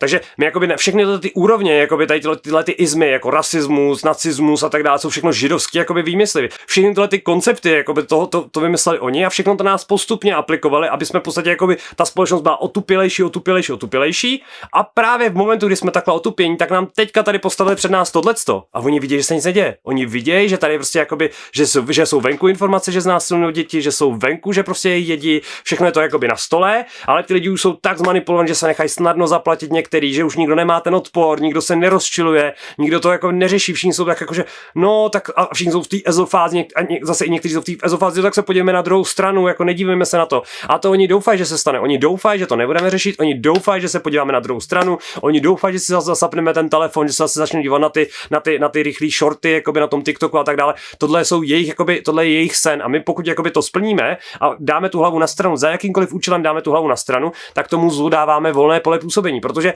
nevolit nebo nedělat je taky volba. A já třeba nevolit v případě, jakoby, jestli mám jít vodu urny, tak to je volba, kterou dělám moc rád. Moje volba, že nepůjdu volit. A cítím se, že to je kvalitní volba. Ale v případě, že vím, že tady je prostě jako pedofíle, že tady je prostě jakoby kanibalismus a tak dále, a já si zvolím, že jakoby zase nebudu volit a půjdu na druhou stranu, tak jsem si ale taky zvolil a zvolil jsem si, že to zlo nechám být, že tomu zlu nechám volné pole působnosti a tím pádem to zlo bude dále růst. To zlo nebude jakoby slábnout kvůli tomu, že my budeme pozitivně jakoby myslet a budeme si myslet jakoby na ty děti. Já jsem si úplně jistý, že tý holce vedle té postele, jakoby, která myslela na toho Ježíše a věřila, že je ten Ježíš vedle ní, když jí zabil, tak jí ten Ježíš nepomohl stejně tak, jako jí nepomůžeme my, když budeme myslet na to, aby jí bylo dobře. Jo, takže to téma jako takový tak nikdy nezmizí, když my budeme prostě jenom jako manifestovat, anebo si budeme jako myslet, že to téma má zmizet, nebo si budeme myslet, že a to je ještě další věc, co lidé dělají. Podle sebe soudím tebe. A tohle nefunguje. Jako jestli jsem se něco z těch mailů za tu krátkou dobu naučil, že ty lidi, to je hrozně, oni nebudou lidi, oni jako velice pravděpodobně ani nebudou lidi, protože to, kde vy máte jakoby emoce, kde vy si nedokážete představit, že byste vzali nůž a zabili byste zvíře, tak oni už jsou tak daleko, že on si představuje, že malý dítě je jako kreveta a že tomu jenom utrhneš hlavu a necháš si tělíčko. Proč by to dělal? Moje jako odůvodnění je, a docela tomu jako začínám tomu fakt věřit, tak je tady slovo, kterému se říká adrenochrom. Jasně. To je jako, kdy oni věří tedy, že prostě že jako krev, která vlastně oxiduje a pod stresem, jako pod adrenalinem, tak se vytvoří tady ta chemická sloučenina. V momentě, kdy vlastně jako trpíš, tak se ti uvolňuje, extrémně se ti uvolňuje tady. Což je docela vtipný, jako máš samozřejmě dětský film Příšerky SRO, že jo? Ano, tam několikrát jsme o něm mluvili, nám dokonce vymazali video v roce 2021, kdy jsme o tom tam mluvili právě o těch příšerkách SRO, kdy pod záminkou toho strachu někoho vyděsíme. Funguje na tom strachu funguje tam vlastně celý to pohádkový město. Takže vlastně tam jsou příšery, který straší malí děti, ty malí děti řvou a z té energie tak oni napájí celé město. Jo, to je vlastně tady zdroj jako elektřiny jejich. No a já jako si umím představit, že my žijeme dle mého v nějakém elektromagnetickém vesmíru a jsme jako nějaký elektrický jako bytosti, což je docela vtipná jako paralela toho, že oni jsou teda ty příšery, který vlastně jak vysávají tu energii a vlastně ta dětská krev a paradoxně on je tam ten člověk, když si nevím, jak se přesně jmenuje, ale on přeci hledá ten jako veřejný, je mu asi třeba 40 a hledá ten lék na tu svoji nesmrtelnost. Ano. A on přeci jakoby zkouší, že žere ty miliony prášků denně a všechno možného a hledá ten manuál, jakoby, jak být jako nesmrtelný a tak dále. A on přeci má toho svého syna. A co on dělá? On si nechává transfuzí sát krev svého syna a nechává si ji pumpovat do sebe, že jo? A říká, že to fakt funguje. A tady se zase bavíme o tom, že to je asi možná to, co oni opravdu jako dělají, že si možná jako nějakým způsobem buď třeba čistí krev, nebo si prodluží život, a nebo a může to být na konci dne, to může být jenom jako droga, může to být jako, že ti to dá, já si nevím představit, jaký to je, ale možná to funguje třeba jako kokain, že jim to jakoby polechtá dopaminový centra a začnou mít jako pocit, že prostě je to jako nějaký, jako, že to je nějaký rauch, jako z toho rauš, jako jízda, jako nevím, co to je, já sám bych jako v životě nebyl schopen, jako já si neumím představit, že bych prostě jako na dítě jako nikdy jako stáhl ruku, jakoby, jo, prostě na to, že jako ty úrovně, který mají jako oni, jo, takže... Dominiku, zajímala by mě další věc a to je jestli máš nějakou teorii na to, proč to bylo teda všechno teďka jako vypuštěný, tady tyhle informace nám. Já se jako těch teorií mám jako víc, ale myslím si, že jak jsem říkal, za prvý není to náhoda, že to je tahleta doba, myslím si, že si velice jako specificky Oni fungují a spoustu lidí si myslí, že když řekneme, že celý svět je řízený ilumináty, blablabla, tak oni najednou mají pocit, že jako fakt to je kompletně řízený. Ale já si spíš domnívám, že ten svět jako si žije svým životem a jsou tady lidé, nebo my jim říkáme ty elity, které znají ty pravidla té hry. Tím pádem jsou schopni s tou hrou jako lépe manipulovat a jsou schopni lépe rozeznávat jakoby ty vzorce toho, co se třeba bude dít a tak dále. Snaží si samozřejmě jako dosazovat ty lidi do těch dobrých pozic a tak dále, ale to hlavní gro toho je, že to je akce a reakce. Tím pádem oni vždycky jako vypustí něco a čekají, jaká bude vlastně zpětná vlastně vazba od té společnosti. Něco takového se stalo právě jako v roce 2006 a 2008, kdy už to vlastně s tím Epsteinem poprvé dostalo ven a nikdo se nezajímal. Jo? A bylo to takový jako, že té společnosti to vlastně bylo jedno. A i se o tom hodně mluvilo. Jo? Mluvilo se hodně o tom Pizzagateu tenkrát, pak posléze mluvilo se. Takže ty informace jako byly venku, hodně lidí to i sdílelo, hodně lidí si z toho dělalo srandu. Třeba Ellen DeGeneres, tak vlastně na těch Oscarech tak všude roznášela tu pizzu a dělala si z toho srandu. Ty máš rád pizzu, já mám rád pizzu. Všichni mluví o pizze. Johnny Depp, jak by jedl pizzu furt, jak by pizza dělal tohleto, tamhleto. A vlastně jakoby, a tím pádem se to jako vlastně zesměšňuje a tak dále, dělá se z toho víc jako hoax a ta společnost to neřeší, té společnosti je to jedno, tak co je pro ně? Pro ně je to signál, OK, můžeme to dělat dál, nikdo to neřeší, je to v pohodě. Jo, a vlastně dost podobný to bylo během covidu. Všimněte si, my si děláme srandu z toho, že Putin vyléčil covid, ale on ten covid jako ho nevyléčil úplně Putin. On ten covid už nikoho v té době nezajímal. Vzpomeňte si, jakoby nechci fakt vzpomenout na tu dobu, kdy covid končil, tak už to měli všichni na sámu, všichni jezdili na dovolený, všichni to jebali, všichni chodili cvičit. Už to bylo takový, že vlastně jak kdyby se nikdo nebál, že všichni máme umřít, že jo? Jakoby už nechodili tolik lidí na ty vakcíny, jakoby už se nestály ty fronty a tak dále, už to bylo prostě jiný. Ten konec covidu v vozovkách, kdy přichází speciální vojenská operace, tak byl jiný. A proč? Byl jiný? No, protože my už jsme na to nereagovali jako společnost a oni pochopili, že už tam není ta zpětná vazba, kterou oni potřebují, aby to mohli živit, tím pádem vypustili novou kauzu nebo něco nového, aby zase chytli tu pozornost společnosti a aby zase mohli začít zpětná akce a reakce. No a tohle tak oni dle mého udělali teďka znova s tím, že čekají, jaká bude ta zpětná reakce.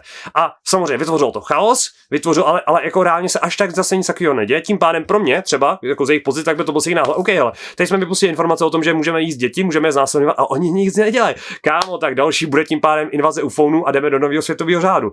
Jo, protože vlastně ty, aby si mohli jakoby z chaosu vytvořit jakoby nový řád, tak ty potřebuješ právě vytvořit ten chaos a potřebuješ, aby se v tom chaosu prostě všechno schořelo a vlastně jako Fénix z popela vznikne nový život. A tohle je jejich představa toho, z chaosu vznikne pořádek, takže oni a mají to i na tom Ordo up chaos, nebo jak je to, no. A tohle je to, co oni jako dělají a to, co oni aplikují. No a samozřejmě, aby mohli jako, že jejich sen je, že vytvoří jako nový světový jakoby řád a bude tady jakoby jednotná vláda, jednotná měna, jednotný náboženství a všechny ty věci a to je sám o sobě už je tak strašně velký, složitý koncept, že aby k tomu mohli přejít, tak oni musí vytvořit jako mega chaos, jako mega prostě, jako nic nesmí fungovat a to je podle mě to, kam se teďka postupně chtějí to směřovat, takže já ještě si myslím, že budou jako nějaký třeba řeknu nějaký dvě velký, jakoby nějaký takovýhle typu Epstein jako dvě velké jako operace a pak podle mě už jako bude pád jako ekonomického systému a nový světový řád, no. Hele, já jsem o tom mluvil s Pavlem Kamasem a řeknu to teďka tady i znova. To, proč to vypustili, tady takovouhle srajdu nechutnou, tak vlastně, že tomu systému, vlastně ten systém ukazuje, že jako má nad náma. Víš, že si fakt jako můžou dělat, co chtějí, protože oni počítají s tím, že tady se nebude vůbec nic jako dít, jo? Že to mají takhle těžce, už to mají na háku, takhle těžce to mají podchycený, protože když si vemeš, hele, doba covidová, jo, tak kdo teďka žene ty lidi, jako ty odpovědní lidi, kteří rozhodovali o tom, že běžte se naočkovat, nebo víš, tak kde máme nějakou spravedlnost, aby dohnal ty lidi prostě k nějakému soudu nebo k nějakému prostě, víš, rozumíš mi? Rozumím. Co se děje? Nic se neděje vůbec, absolutně. Rozumím a proč já vlastně to řeším a proč mám naději, protože kdybych přistupoval tady tou cestou, tak bych se na to už vykašlal a řekl bych si, covid to neprobudil, tím pádem kašlám na to, už prostě chcípněte se, já se jdu stěhovat někam jinam prostě do nějaký džungle, že jo. Ale proč já jako věřím tomu nebo dávám tomu šanci, i když jsem realista, tak je to ten důvod, že covid byl velice jiný. Covid byl jiný v tom, že všichni jsme vlastně udělali chybu, všechny nás donutili, nebo ne všechny, ale drtivou většinu nás donutili podepsat, že se na to můžeš sám a dostal si to pigáro. A teď to jakoby, jak funguje lidská mysl, a to je bohužel i u těch jakoby obětí sexuálních predátorů, tak ty děti a ty holky a tak dále, tak si velice často myslí, že to je jejich vina. Že jakoby z nějaký části prostě si můžou za to znásilnění sami, že třeba neposlechli rodiče, něco udělali špatně, neměli jít jakoby s tím. A no, když půjdeme do extrému, tak z nějaký míry si za to sami můžou můžou, proto to tam taky cítí, my to necítíme jen tak. A to stejně u toho covidu. Ty lidi tam cítí, že to podělali. Jo, ty lidi jako reálně cítí, vědí tu chybu, vnímají to. Tím pádem je tam ten stud, je tam ten problém toho, že bys musel přiznat, že to je skutečný, že jsi to ty podělal, že jsi jakoby možná i zničil celý život, že možná nebudeš mít nikdy děti a tak dále, že možná tvoje děti budou nemocní. Tak je to prostě jako obrovský jako kvantum věcí, který se k tomu je tom nabání, který ti jako říkají, no tak radši to jdeme na stranu. A je to dost podobný jako přistání na měsíci, protože jako přistání na měsíci bylo taky obrovský, a vím, že přistání na měsíci bylo taky to je pozitivní, to je dobře. My jsme to dokázali, my jsme něco dokázali, tím pádem, i když je to absurdní, i když všichni víme, že to je totálně retardovaný, tak mnoho lidí prostě to budou dál bránit, protože přeci je to úspěch lidský, něco jsme dokázali. A tady tohle téma je jediný jiný v tom, že tady není nikdo vítěz. Jakoby tady není nikdo z těch běžných lidí, jakoby tady z toho v uvozovkách plebsů, kdo by si na konci říkal, tak proč, jo, tam nemáš na tom, takže jediný co, tak všichni jakoby můžeme ukázat prstem a to lidi hrozně rádi ukazují prstem, takže já se jakoby modlím, že se probudí ta lidská vlastnost, že ty a začnou jakoby reálně konečně ukazovat a začne se něco dít, protože tohle je vlastně ta poslední instance, kde my za nic v uvozovkách nemůžeme, my jsme se to teďka většinu těch věcí dozvěděli, to, že to tady říkalo pár bláznů před 20 lety, tak bylo to stejně tak strašně šílený a neuvěřitelný. A i teďka ty blázni, kteří to říkali před 20 lety, tak někteří mají furt jako bradu dolů, že jako čumíme, jak je to vlastně velký. A i já, který jsem sdílel Pizzagate, tak jsem byl z některých věcí jako překvapený, jak je to jako velký a jak je to jako hluboký. Jasně. A tím pádem furt ale je to o tom, že tohleto téma jako takový, jako celek, je prostě jenom společensky škodlivý, nedává nám to nic dobrýho a my se za to nemusíme stydět. Jo, jako stydět za to můžou určitě ty lidi, kteří v roce 2006-2008 pomohli prostě Epsteinovi, aby se dostal ven, nebo aby měl to na ten jakoby vězení. Stydět za to můžou ty lidi, kteří se toho účastnili, ale těch je jako minimum. To bude to v uvozovkách jako to 0,2%, jak se říká. A zbytek nás, tak máme důvod jakoby to řešit. Jo, mezi tím u covidu jsme neměli, u přistání na měsíci jsme neměli, u chemtrails nemáme, protože to všechno jakoby se dotýká přímo jakoby specificky nás. Bavíme se o tom, že prostě to by znamenalo, že ale dejchám ty jedy prostě jako každý den a non-stop a to je. Takže tady to je jediný téma, kde vlastně nám to jako nějak neškodí, pokud to nejsme přímo jakoby účastníky nebo nebyli jsme oběti, a zároveň jakoby mělo by být v našem jakoby enormním zájmu to vyřešit, protože pokud jakoby se nepostaráme o ty děti, tak co tady má jakoby větší jako to je jo, takže pokud už je nevyhecou teďka děti, no, tak už nic. Takže Bůh Kronos, což je v řecké mytologii, prostě to je Bůh Kronos, to je jako pán času. A stejně tak jako v té římské mytologii je to samý, akorát je to Saturn. A je tady vidět ten obrázek, jo, jak prostě požírá malé dítě. Řekl bych prostě, že ta vlastně propojenost s tím, co se děje teďka, ta pedofilie, to obětování, tak to tady vlastně bylo vždycky. Akorát jsme si toho vůbec jako nevšímali, jo. Máme to i v pohádkách, jo. Jeníček a Mařinka si sednou prostě na pekáč, jako na lopatu a prostě, jo, a sežere je potom, jo, nebo víš, jako v různých, jako když člověk bude hodně jako bádat v těch pohádkách. Je to všude. Takže Karlíka továrna na čokoládu, teďka ten novej, tam taky jako to dítě v čokoládě, ano. A Johnny Depp klasický. To je prostě mazec, to je neskutečný mazec, jo. Že si to vůbec jako nevšímáme, ale přitom je evidentní, že historicky to tady vždycky bylo.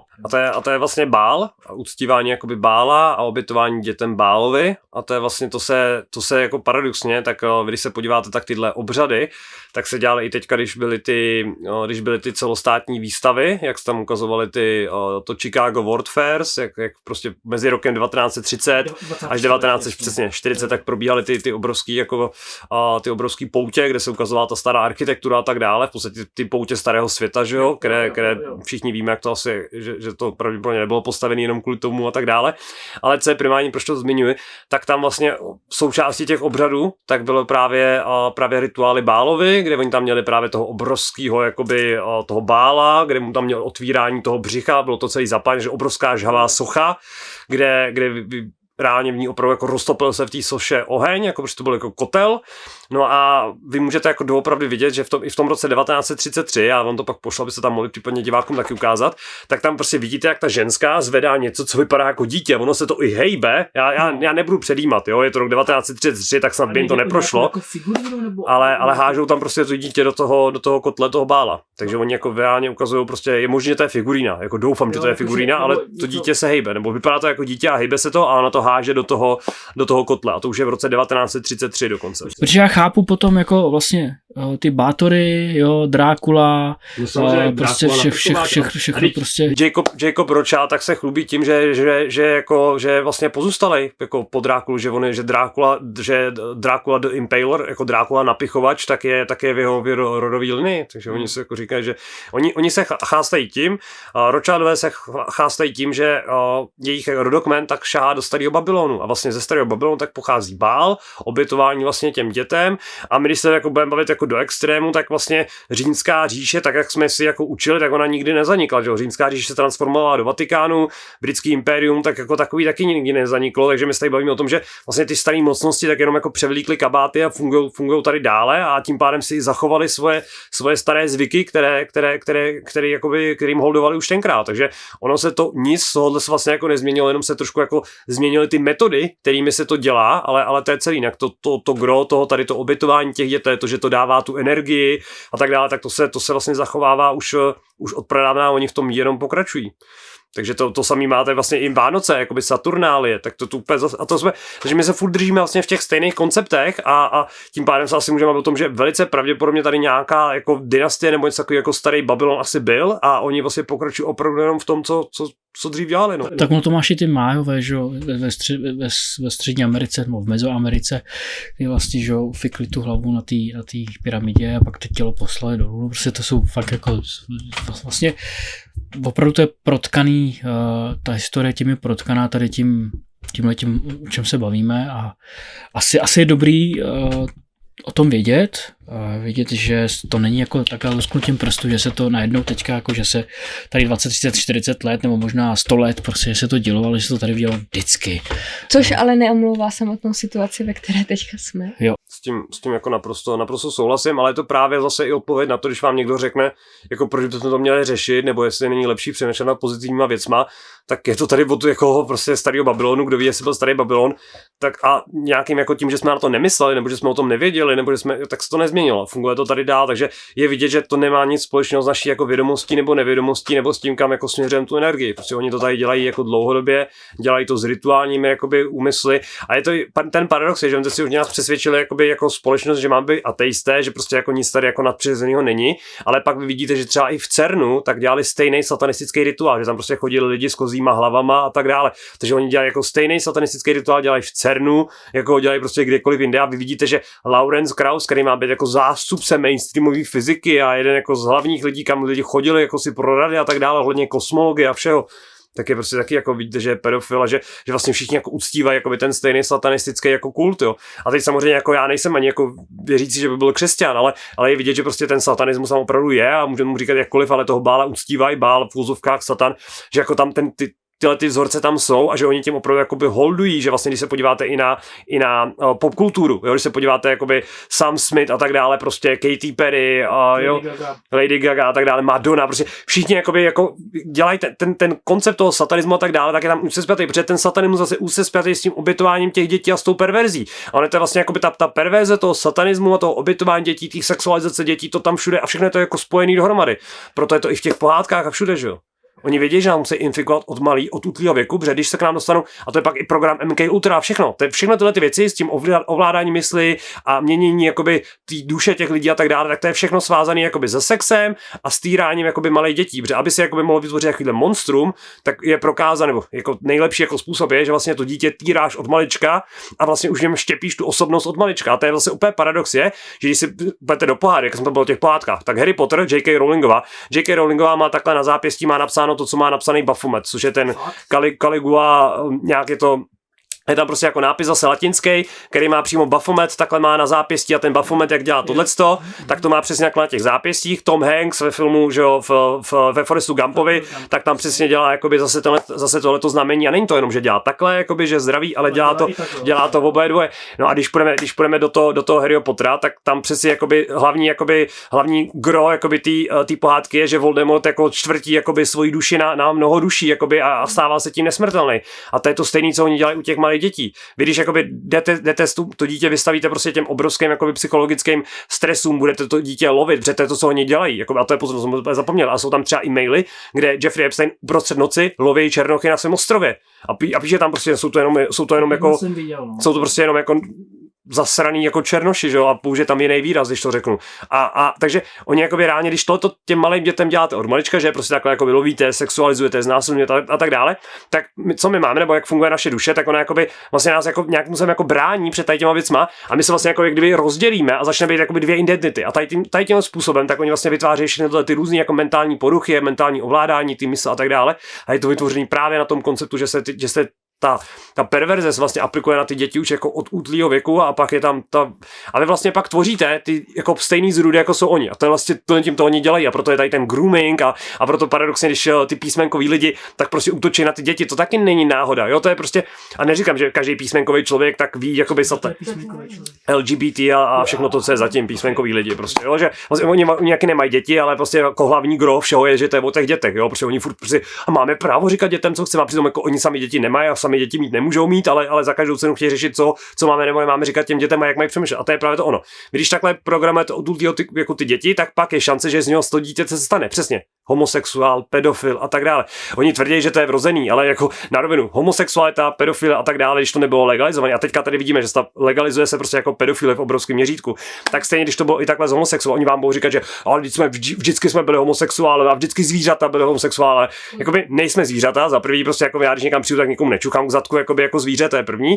Ale druhá věc je, že ta pedofíle prostě exponenciálně, teda homosexualita exponenciálně roste od té doby, co vlastně všichni děláme, že to je normální a vlastně to podporujeme. A jakoby pokud jakoby malýmu dítěti prostě ve 2 letech nebo ve 3 začínáte spát do hlavy prostě jakoby homosexuální pohádky, tak je jasný, že když to dítě se prostě hledá a nemá tady ty věci vůbec řešit, tak pak třeba ve starším pozdějším věku, tak bude mít k tomu bude inklinovat, ale ona ani neví, proč tomu inklinuje. Jakoby to jsou prostě takže podprahový vlastně. Ty tady máš nějaké fotografie, vlastně print screeny z těch pohádek, kde vlastně dochází k podprahovému sdělení a to je jako hustý, no. Je to vůbec neuvědomuje, protože spoustu jakoby rodičů pouští pohádky dětem, že jo, ty Disneyovky a Spongebobby, nebo jak se to jmenuje? SpongeBob. Jo, tak se omlouvám, já to vůbec neznám, takže... Taky bych to neznal, kdyby to nebylo v té pedofílii zmíněný, že jo, a adresa SpongeBoba v tom akvárku dole v podzemí, tak by byla adresa prostě na Little St. James ostrovu Epsteina, jo, ano. A oni to používají jako z těch věcí je tam strašně moc, jo, vy třeba zjistíte prostě, že třeba tady Minnie prostě, když se podíváte na Mickey Mouse, tak Minnie prostě vypadá jako penis, že jo, takže prostě jako tělo Minnie, který on tam drží jakoby za to tělíčko, tak je prostě jako kdyby držel prostě jako falus, že jo. A těch jako věcí prostě vy třeba zjistíte, že tady je prostě uprostřed kresle nějakou starýho, tak tady je opravdu jako sexuální scéna, že tam ve okně prostě dali jakoby normálně jako klasickou prostě sexuální scénu, akorát není v tak vysoké kvalitě, ano. Že prostě jako v pohádce prostě v okně, ale oni počítají s tím, že do toho okna se prostě jako by ten rodič, který pasivně konzumuje tu pohádku s dítětem, tak se dívat nebude, jenomže mezi tím to malé dítě, tak se dívá na tu pohádku aktivně. Rodič to konzumuje pasivně, protože prostě jak to pro ně otrava, ale dělá to kvůli tomu dítěti. Mezi tím to dítě tak je toho úplně zažraný, to dítě tím žije, takže se dívá na každý malý detail. Vnímá toho mnohem víc z toho obrázku, než jako my dospělí, který to jenom se díváme, protože se díváme s tím dítětem. Takže tam třeba Petr Pán, který má prostě jako by penis, jo, zase má falus prostě a Petr Pán má takhle prostě jako falus, jo. Takže a těch věcí tam fakt jakoby strašně moc, jo. Třeba prostě Lví král, tak má zase, tady má zase v mraku, tak má zase sex prostě. Takže těch jako věcí, kde oni tam ukazujou, kde tam je prostě ta sexualizace, tak je strašně jako moc, jo, ale jako obrovský množství.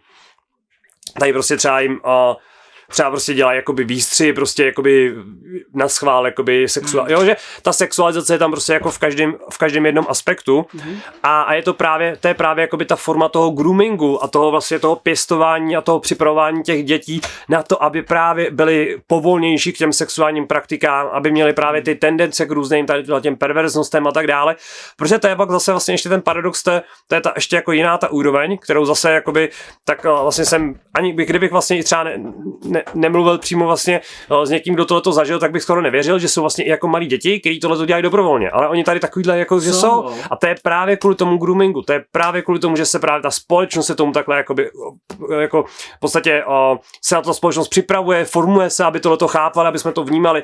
Proto i teďka vlastně tady je třeba ten Čepek, a ta organizace, která podporuje tu pedofílii a tak dále a mnoho jakoby influencerů podporuje pedofílii. Ano, je tady organizace prostě, že ty razej to, že pedofil je taky člověk a že to je vlastně jako vrozený, že to nemůžou, že mají ty děti rádi a že dokud jako nic neudělají, tak vlastně to jako není společensky škodlivý.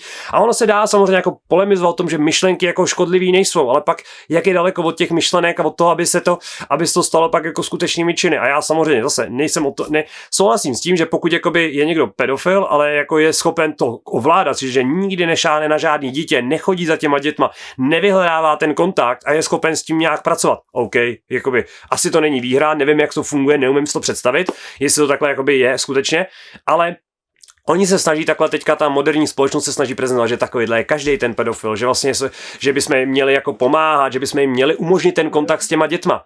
To je úplně scestný, prostě jako to je naprosto šílený. Jako prostě poslední, kdo by chtěl, je každý rodič, kdyby věděl, že svoje dítě dává do rukou pedofilovi, tak to neudělá. Je třeba si zase uvědomit, a dostaneme se na ten samý začátek tohle povídání, je, že pakliže systém stojí na těchto hodnotách, tak co můžeme očekávat od vrchních nějakých institucí nebo od lidí, kteří vlastně že podporují a razí to, co teďka tady ty říkáš. No, třeba depopulaci, že jo, vlastně to je taky, mi takhle, jak jsi to řekl, tak mi to úplně jako připomněl, to je taky podle mě jako mail ještě poslední, který mi přijde, že je dobrý zmínit. To je z těch spisů. To je z těch spisů a tenhle ten je jako ofiko, protože jsem z toho, pro mě to bylo tak nepředstavitelný, že by tam někde se bavili o depopulizaci, jako že by prostě chtěli snížit počet lidí a že by to bylo veřejný, tak jsem to skoro jsem tomu nevěřil, a ten mail jsem si dohledal, má normálně i EFTu a to je právě to ono, že prostě lidé, kteří se mají o nás postarat, lidé, kterým my dáváme tu moc, my jim dáváme ty pravomoce nad námi, tak oni tady třeba.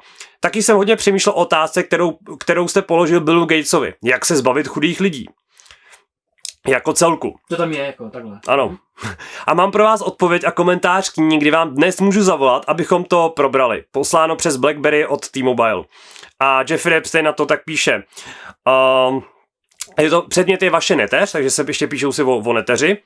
A ještě jednou její celé jméno je na pár týdnů v New Yorku. Omlouvám se, prosím, požádejte svou kancelář, aby mi znovu přeposlala kontaktní informace na její matku. Kamarádka natáčí v New Yorku reportáž, pokusím se jí tam dostat. Moc děkuji. Takže prostě takhle jenom bokem s Borisem Josephosnem, tak se prostě baví jako o jeho neteři a o nějaký tý.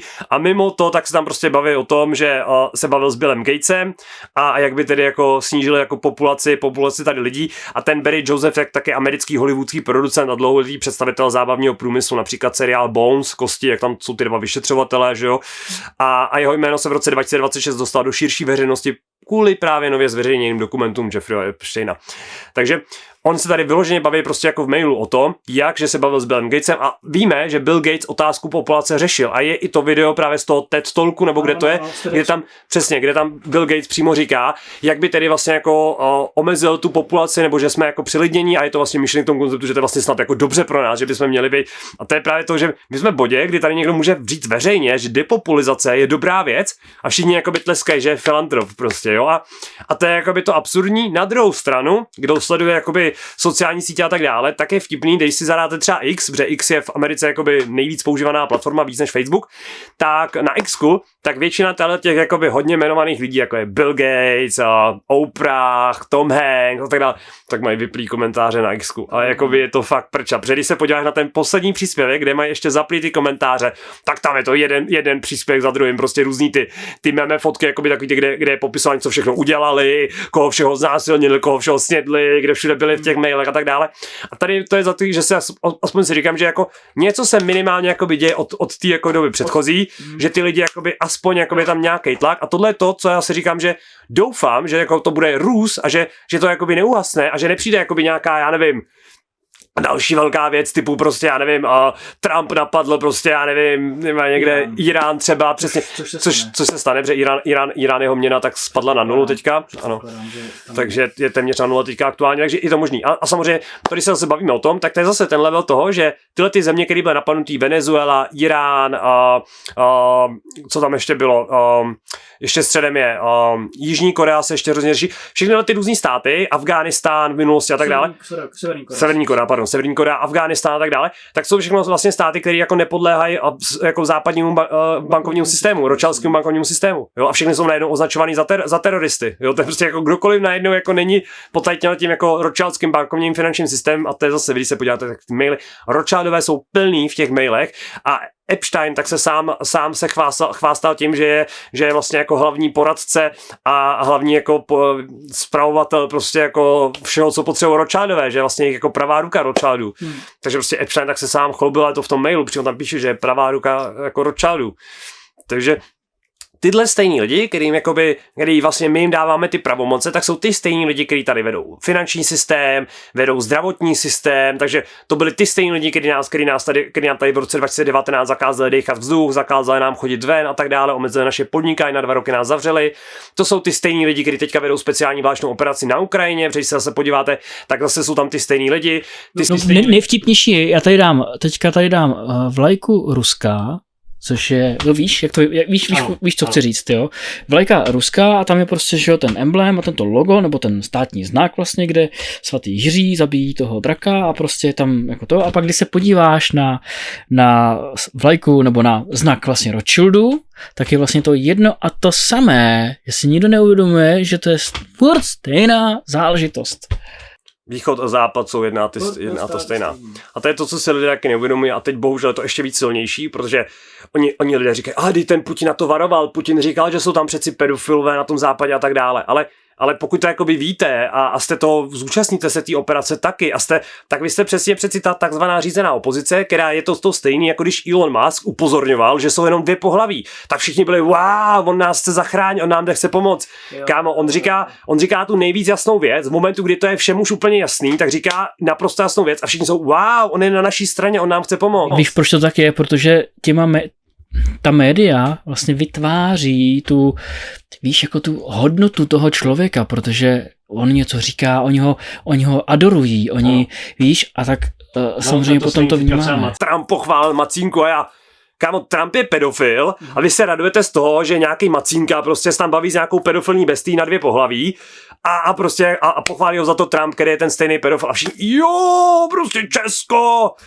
To je právě to, do čeho nesmíte spadnout. Jakmile spadne do té hry, že prostě začnete fandit jednomu týmu, druhému týmu, tak to nikdy nevyřeší. Protože Trump to nikdy nevyřeší, Hillary to nikdy nevyřeší, nikdo z nich to nikdy chtít vyřešit nebude. Ten případ tady jede od roku minimálně oficiálně od roku 2006, kdy to bylo veřejně a tam byla úplně jiná administratura, úplně jakoby jiný vedení v těch vládách, prostě nebylo to, takže tam se úplně to se všechno z toho prostřídalo a nic se neřeší, takže to není problém Trumpa, není to problém Hillary, protože ty všichni byli předtím u moci, nebyli u moci, prostřídali se, Trump byl prezident, nebyl prezident. V roce 2016 v prosinci tak je e-mail, kde Epstein píše Billu Gatesovi, dostav se za náma na ostrov, je tady nová prezidentská administrativa. Ano, a ta nová administrativa v roce 2016 v prosinci tak je Trumpova. Takže prostě Trumpova vláda tak byla u Epsteina na ostrově. Takže to se vůbec jako nedá bavit o tom, že prostě ty lidi by kdykoliv něco změnil nebo kdykoliv. A je to právě strašně hloupý, že pak ty lidi si věří tomu, že ten Putin a to Rusko je prostě nějaký jako úplně jiný, že tam to najednou není, že tam ta pedofilie není, že tam prostě jako ta rodina je prostě šťastná a já nevím co všechno. Stačí tam zajet do toho Ruska. Reálně by těm lidem stačilo zajet do toho. Jasně, že to je jiný. Není to stejný.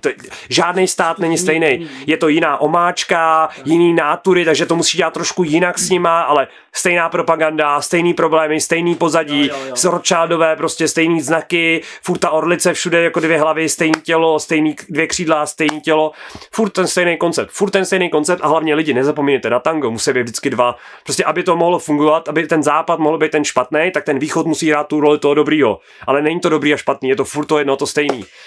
Oni reálně koordinovali během covidu, koordinoval celý svět.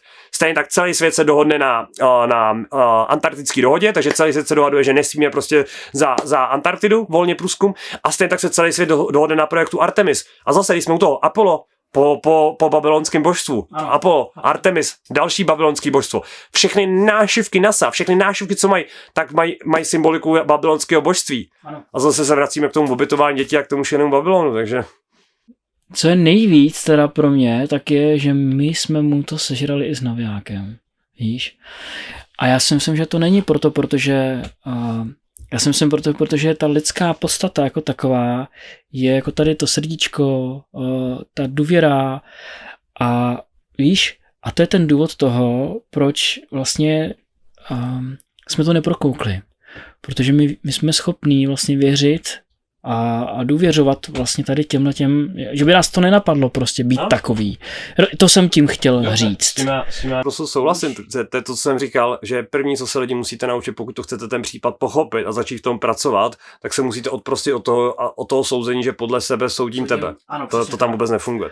Berme to tak, že tady máme nějaký parazity, který vlastně jako si berou tu energii, jak jsi mluvil, že každý ten člověk může být nějaký ten článek vlastně, že jo?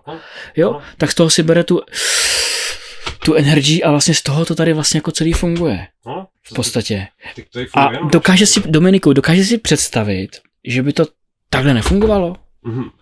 Jo. A to je, jenomže takhle, jak to funguje na tyhle naší energii, tak to právě, aby oni mohli být ty elity. A oni nejsou žádný elity. Oni jakoby, vy když se podíváte třeba takový ty reportéřici, ty freelanceri, ty na volný noze, který zastavují tuhletu elitu v tom Davosu, když jsou to klauni, když jsou to šašci, oni nemají jedinou odpověď na základní elementární otázky, prostě je ti to líto, neumějí se vyjadřovat, bojejí se, je v nich vidět ten strach, je v nich ten strach z interakce.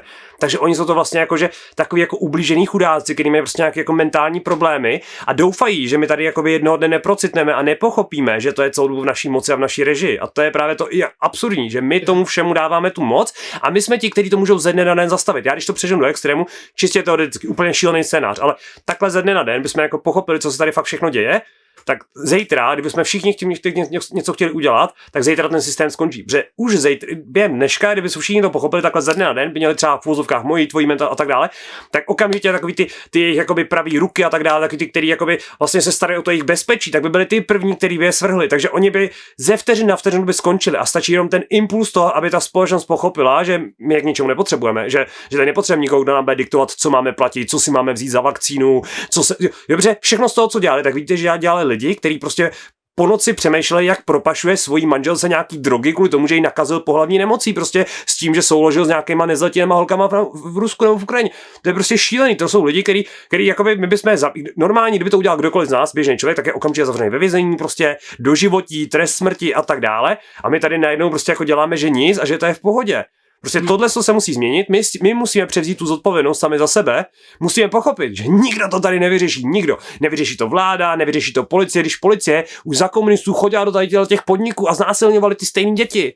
Jako ty svědectví si můžete poslechnout, teďka to je na svědomí národa, je to, že jo, tak vy si tam můžete sami poslechnout, takže tohle se reálně jakoby dělo, máte to z první ruky, tím pádem pokud s tím nezačneme něco dělat, tak to bude jenom růst, bude to jenom horší a horší a nic se nezmění. A bavme se o tom, že teďka vám veřejně řekli, že dělají tohle do televize, víceméně. A čekají, jaká bude ta reakce. A buď ta reakce bude, že to necháme bejt, budeme dělat, že to tady není, budeme dělat, že to je zlá konspirace, budeme se tady zase hádat a oni prostě za další 2 roky tak vyjedou prostě pravděpodobně už s nějakým projektem Bluebeam, kde vás už přesvědčí o tom, že tady jsou nějaký emzáci, že přiletěli z vesmíru a budou nás tady drtit energetickýma zbraněma, což je prostě ten nějaká nástavba toho, o čem se bavíme, a pak už přijde ten nový světový řád, anebo s tím začneme jakoby něco reálně dělat, začneme prostě jakoby vyžadovat od nich tu odpovědnost, přestaneme zapomínat na ty věci, protože přesně jak ty si říkal, nevyřešil se covid, nevyřešil se takový obrovský množství témat, jenomže ty se furt bavíš tomu, že se vracíme k těm stejným lidem. Bavíme se furt se vracíme k těm stejným lidem. Takže evidentně jakoby asi nemůžeme nechat ty stejný lidi, kteří tohle furt dělají do kolečka, nám nemůžeme nechat vládnout a nemůžeme nechat rozhodovat. A to je prostě ta změna je i u těch voleb a tak dále. Ta změna je na jednotlivých elementárních věcech, kdy my, když se přestaneme chovat jako ty ovce a přestaneme non-stop ve všem poslouchat, přestaneme dělat ty věci, které máme dělat, protože oni je po nás chtějí, ale budeme dělat věci, které my chceme a protože cítíme, že jsou dobře, protože všichni v sobě máme nějaký elementární kodex, všichni chápeme, co je správně, co je špatně, víme, že bychom neměli krást, víme, že bychom neměli lhát, cítíme to, když zalžeme, cítíme, když něco vezmeme a tak dále. To jsou všechno věci, s kterými prostě my bychom měli se naučit za ně brát odpovědnost, pracovat s nima a pokud tohle to začneme dělat, no tak tady nepotřebujeme žádný jakoby elity, nepotřebujeme žádný jakoby návody na to, jak se chovat a tak dále. Ani jeden, ve finále, když to vezmeme do extrému, tak ani jeden z těch návodů, co oni nám dali, tak stejně nefungoval. Prostě takže to jako my tady jako nepotřebujeme prostě panovníky, aby nám rozhodovali, co máme dělat. Já nad tím furt jako přemýšlím a říkám si, že přesně tady ty lidi, o kterých teďka ty tady mluvíš a o kterých jsme se tady bavili tu 1,5 hodiny, tak vlastně sami jsou to lidi, kteří jsou traumatizovaní pravděpodobně. Traumatizovaní pravděpodobně, jo. Takže na to koukám i takovouhle optikou. Pak si říkám, že jakmile člověk, když se koukne na tohle video nebo na další nějaká videa, protože dneska já jsem i za to rád, že i někteří youtubeři, my se nepovažujeme za youtubery, my vydáváme jenom 4 videa za měsíc a jsme za to rádi, ale jsou samozřejmě jako youtubeři, kteří vydávají videa mnohem samozřejmě častěji a frekventovaněji, tak i někteří ty youtubeři se k tomu začínají tady tu věc vlastně sdílet, tak já jsem za to taky rád, ač je to třeba trošku povrchovou formou, protože tady jsme šli trošku víc jako do té hloubky, i když jsme se nedotkli ještě úplného dna, to asi ani nejde. Takže si myslím, že je velmi důležitý tady toto téma jako zmiňovat a nebát se ho zmiňovat, že tohle se skutečně jako děje, nezavírat předtím oči. A zároveň si říkám, jestli je na místě těm lidem jako odpustit. Ne, není. V žádném případě. Jako přemýšlím vůbec, jak z tohle toho jako ven, jako ale ne z té pozice na té hmotné úrovni, ale vlastně na nějakým vyšším aspektu, nebo nějaký duchovnější, nějaká taková jako forma, jak se na tohleto vlastně jako koukat, jo, protože přece jenom my jsme všichni nějaký jako, bych to řekl, my jsme jenom prostě přece jenom, že jo, z masa a kostí, máme nějaká frekvence tady je, že jo, a takže furt je to furt jsou to nějaký vlivy jako toho dobra a toho zla a pak to celkově to pak splyne vlastně jako v jedno. Jak se na to teda vlastně koukáš ty, na tohleto? No, jak jsi říkal, jako jestli jim odpustí a tak dále, tak to je zase to, že podle mě přecházíme do toho, že jsou to taky lidi. A to je to, že já si umím představit, že prostě nějaký politik dělá fakt jako dobro a je hodnej prostě a dostane se na party, tam ho sjedou prostě a s někým se vyspí, zjistí, že ten je prostě jako, že to je nezletilá holka, která prostě vypadala, že je. Jo. OK, jakoby umím si představit, že takovýhle scénář stane, prostě asi to není úplně dobrý, ale tohle je třeba, jako pokud to se stane jednou a teď je kvůli tomu někdo prostě jako dlouhodobě vydírá a tak dále, umím si představit, že ten člověk, když si odpiká prostě svoji chybu, tak je to něco, co se dá prostě jako pochopit, aspoň minimálně. Neříkám, že z mojí pozice, když se mi to nestalo, nejsem ta holka a tak dále, tak je to mnohem jednodušší říct, ale umím si představit, ale pokud to někdo dělá prostě jako opakovaně a láme úplně jako všechny jako bariéry toho, co se vůbec jako dá dělat, za mě jako trest smrti, prostě jako trest smrti je jediná možnost, protože spoustu tím říkal, tak je dáme do někam na ostrov, nebo je izolujeme a tak dále, jenomže tyhle ty lidi, oni by byli schopní prostě tam jako rodit vlastní děti a ty vlastní děti jíst a znásilňovat, dělat vlastně to stejné, co dělali, tak oni by v tom jenom oni by si našli cestu, oni by si jako to vidíš, jako oni si kdykoliv se jim něco stalo, nebo oni si vždycky našli cestu, jak to vylepšit, jak tom pokračovat, furt hledají plány, jako, jo, oni vyloženě, jakoby tohle něco, co se nedá už jako napravit, nebo a tím pádem, jakoby, jakýkoliv, jako občas se prostě jako zlu nedá ustupovat a se zlem se občas nedá bojovat dobrem. Jako je to zní to blbě, ale občas prostě jakoby na fakt jakoby zlýho šmejda potřebuješ ještě většího a ještě zlejšího šmejda, aby to zastavil. Jo, a ono je takový jako poříkadlo, že je lepší být bojovník v zahradě, než zahradník ve válce. A to je jakoby za mě jako, a ten koncept toho je, že je lepší se umět bránit, je lepší umět být jakoby zlej, velký šmejt, ale umět to v sobě kontrolovat a vypustit to jenom, když je to potřeba, než prostě být jakoby to nevinátko, který jako neumí nic a poslat ho do té vřavy, protože pak se z vás stane vlastně ta oběť a stane se z vás vlastně případně i další takovýhle šmejt, protože máte tu tendenci vlastně se tomu podvolit tomu zlu. Takže zlu se prostě v tomhletom případě zlu se nemá nikdy ustupovat a tomhle zlu už se tuplem nemá ustupovat a dle mého bys to měl naprosto razantně jako zastavit. Děkuji ti moc krát za to, že jsi za námi dorazil, že jsme si takhle tady o tomhletom ošklivém tématu mohli pobavit. A každopádně odkaz na tvůj YouTubeový kanál, si myslím, že je dobrý ho tady zmínit, ten Ether Cosmology, kde ty pravidelně jedeš tady tuhletu kauzu, kde se prohrabáváte vlastně těma e-mailama a veřejně vlastně popisujete, co v těch e-mailech je a co se děje a tak dále. Hele, děkujeme za to, že jsi přijel. Taky moc děkuju a jsem rád, že se tomhle tématu věnujete. Myslím si, že to je taky potřeba. Myslím si, že to taky dostanete obrovskou míru kritiky, ale myslím si, že tady ty lidé tak by obzvláště to měli pochopit, že to je extrémně důležitý. A než někdo napíše ten kritický komentář, jako proč to řešíme a tak dále, tak by si měl uvědomit, že kdyby to bylo jeho dítě a on by tohleto zažil, tak by v životě takovýhle komentář nenapsal a naopak by byl přesně ten typ člověka, co jsem já, který by říkal okamžitě to potrestat, okamžitě prostě trest smrti vyřešit, zastavit, prostě nenechat to být. Takže já vlastně jenom říkám to, co by říkal vlastně každá ta oběť a každý ten jeden, který se toho účastnil a byl prostě jako spoluoběť, anebo případně už tady není. Takže myslím si, že to je naopak extrémně důležitý a jsem rád prostě, že ta společnost se o to zajímá. No. Je potřeba otevřít oči prostě. No. Pojďme otevřít oči a vidět, na čem ten systém stojí a že to není úplně dobrý a můžeme tím zároveň vytvořit i něco nového.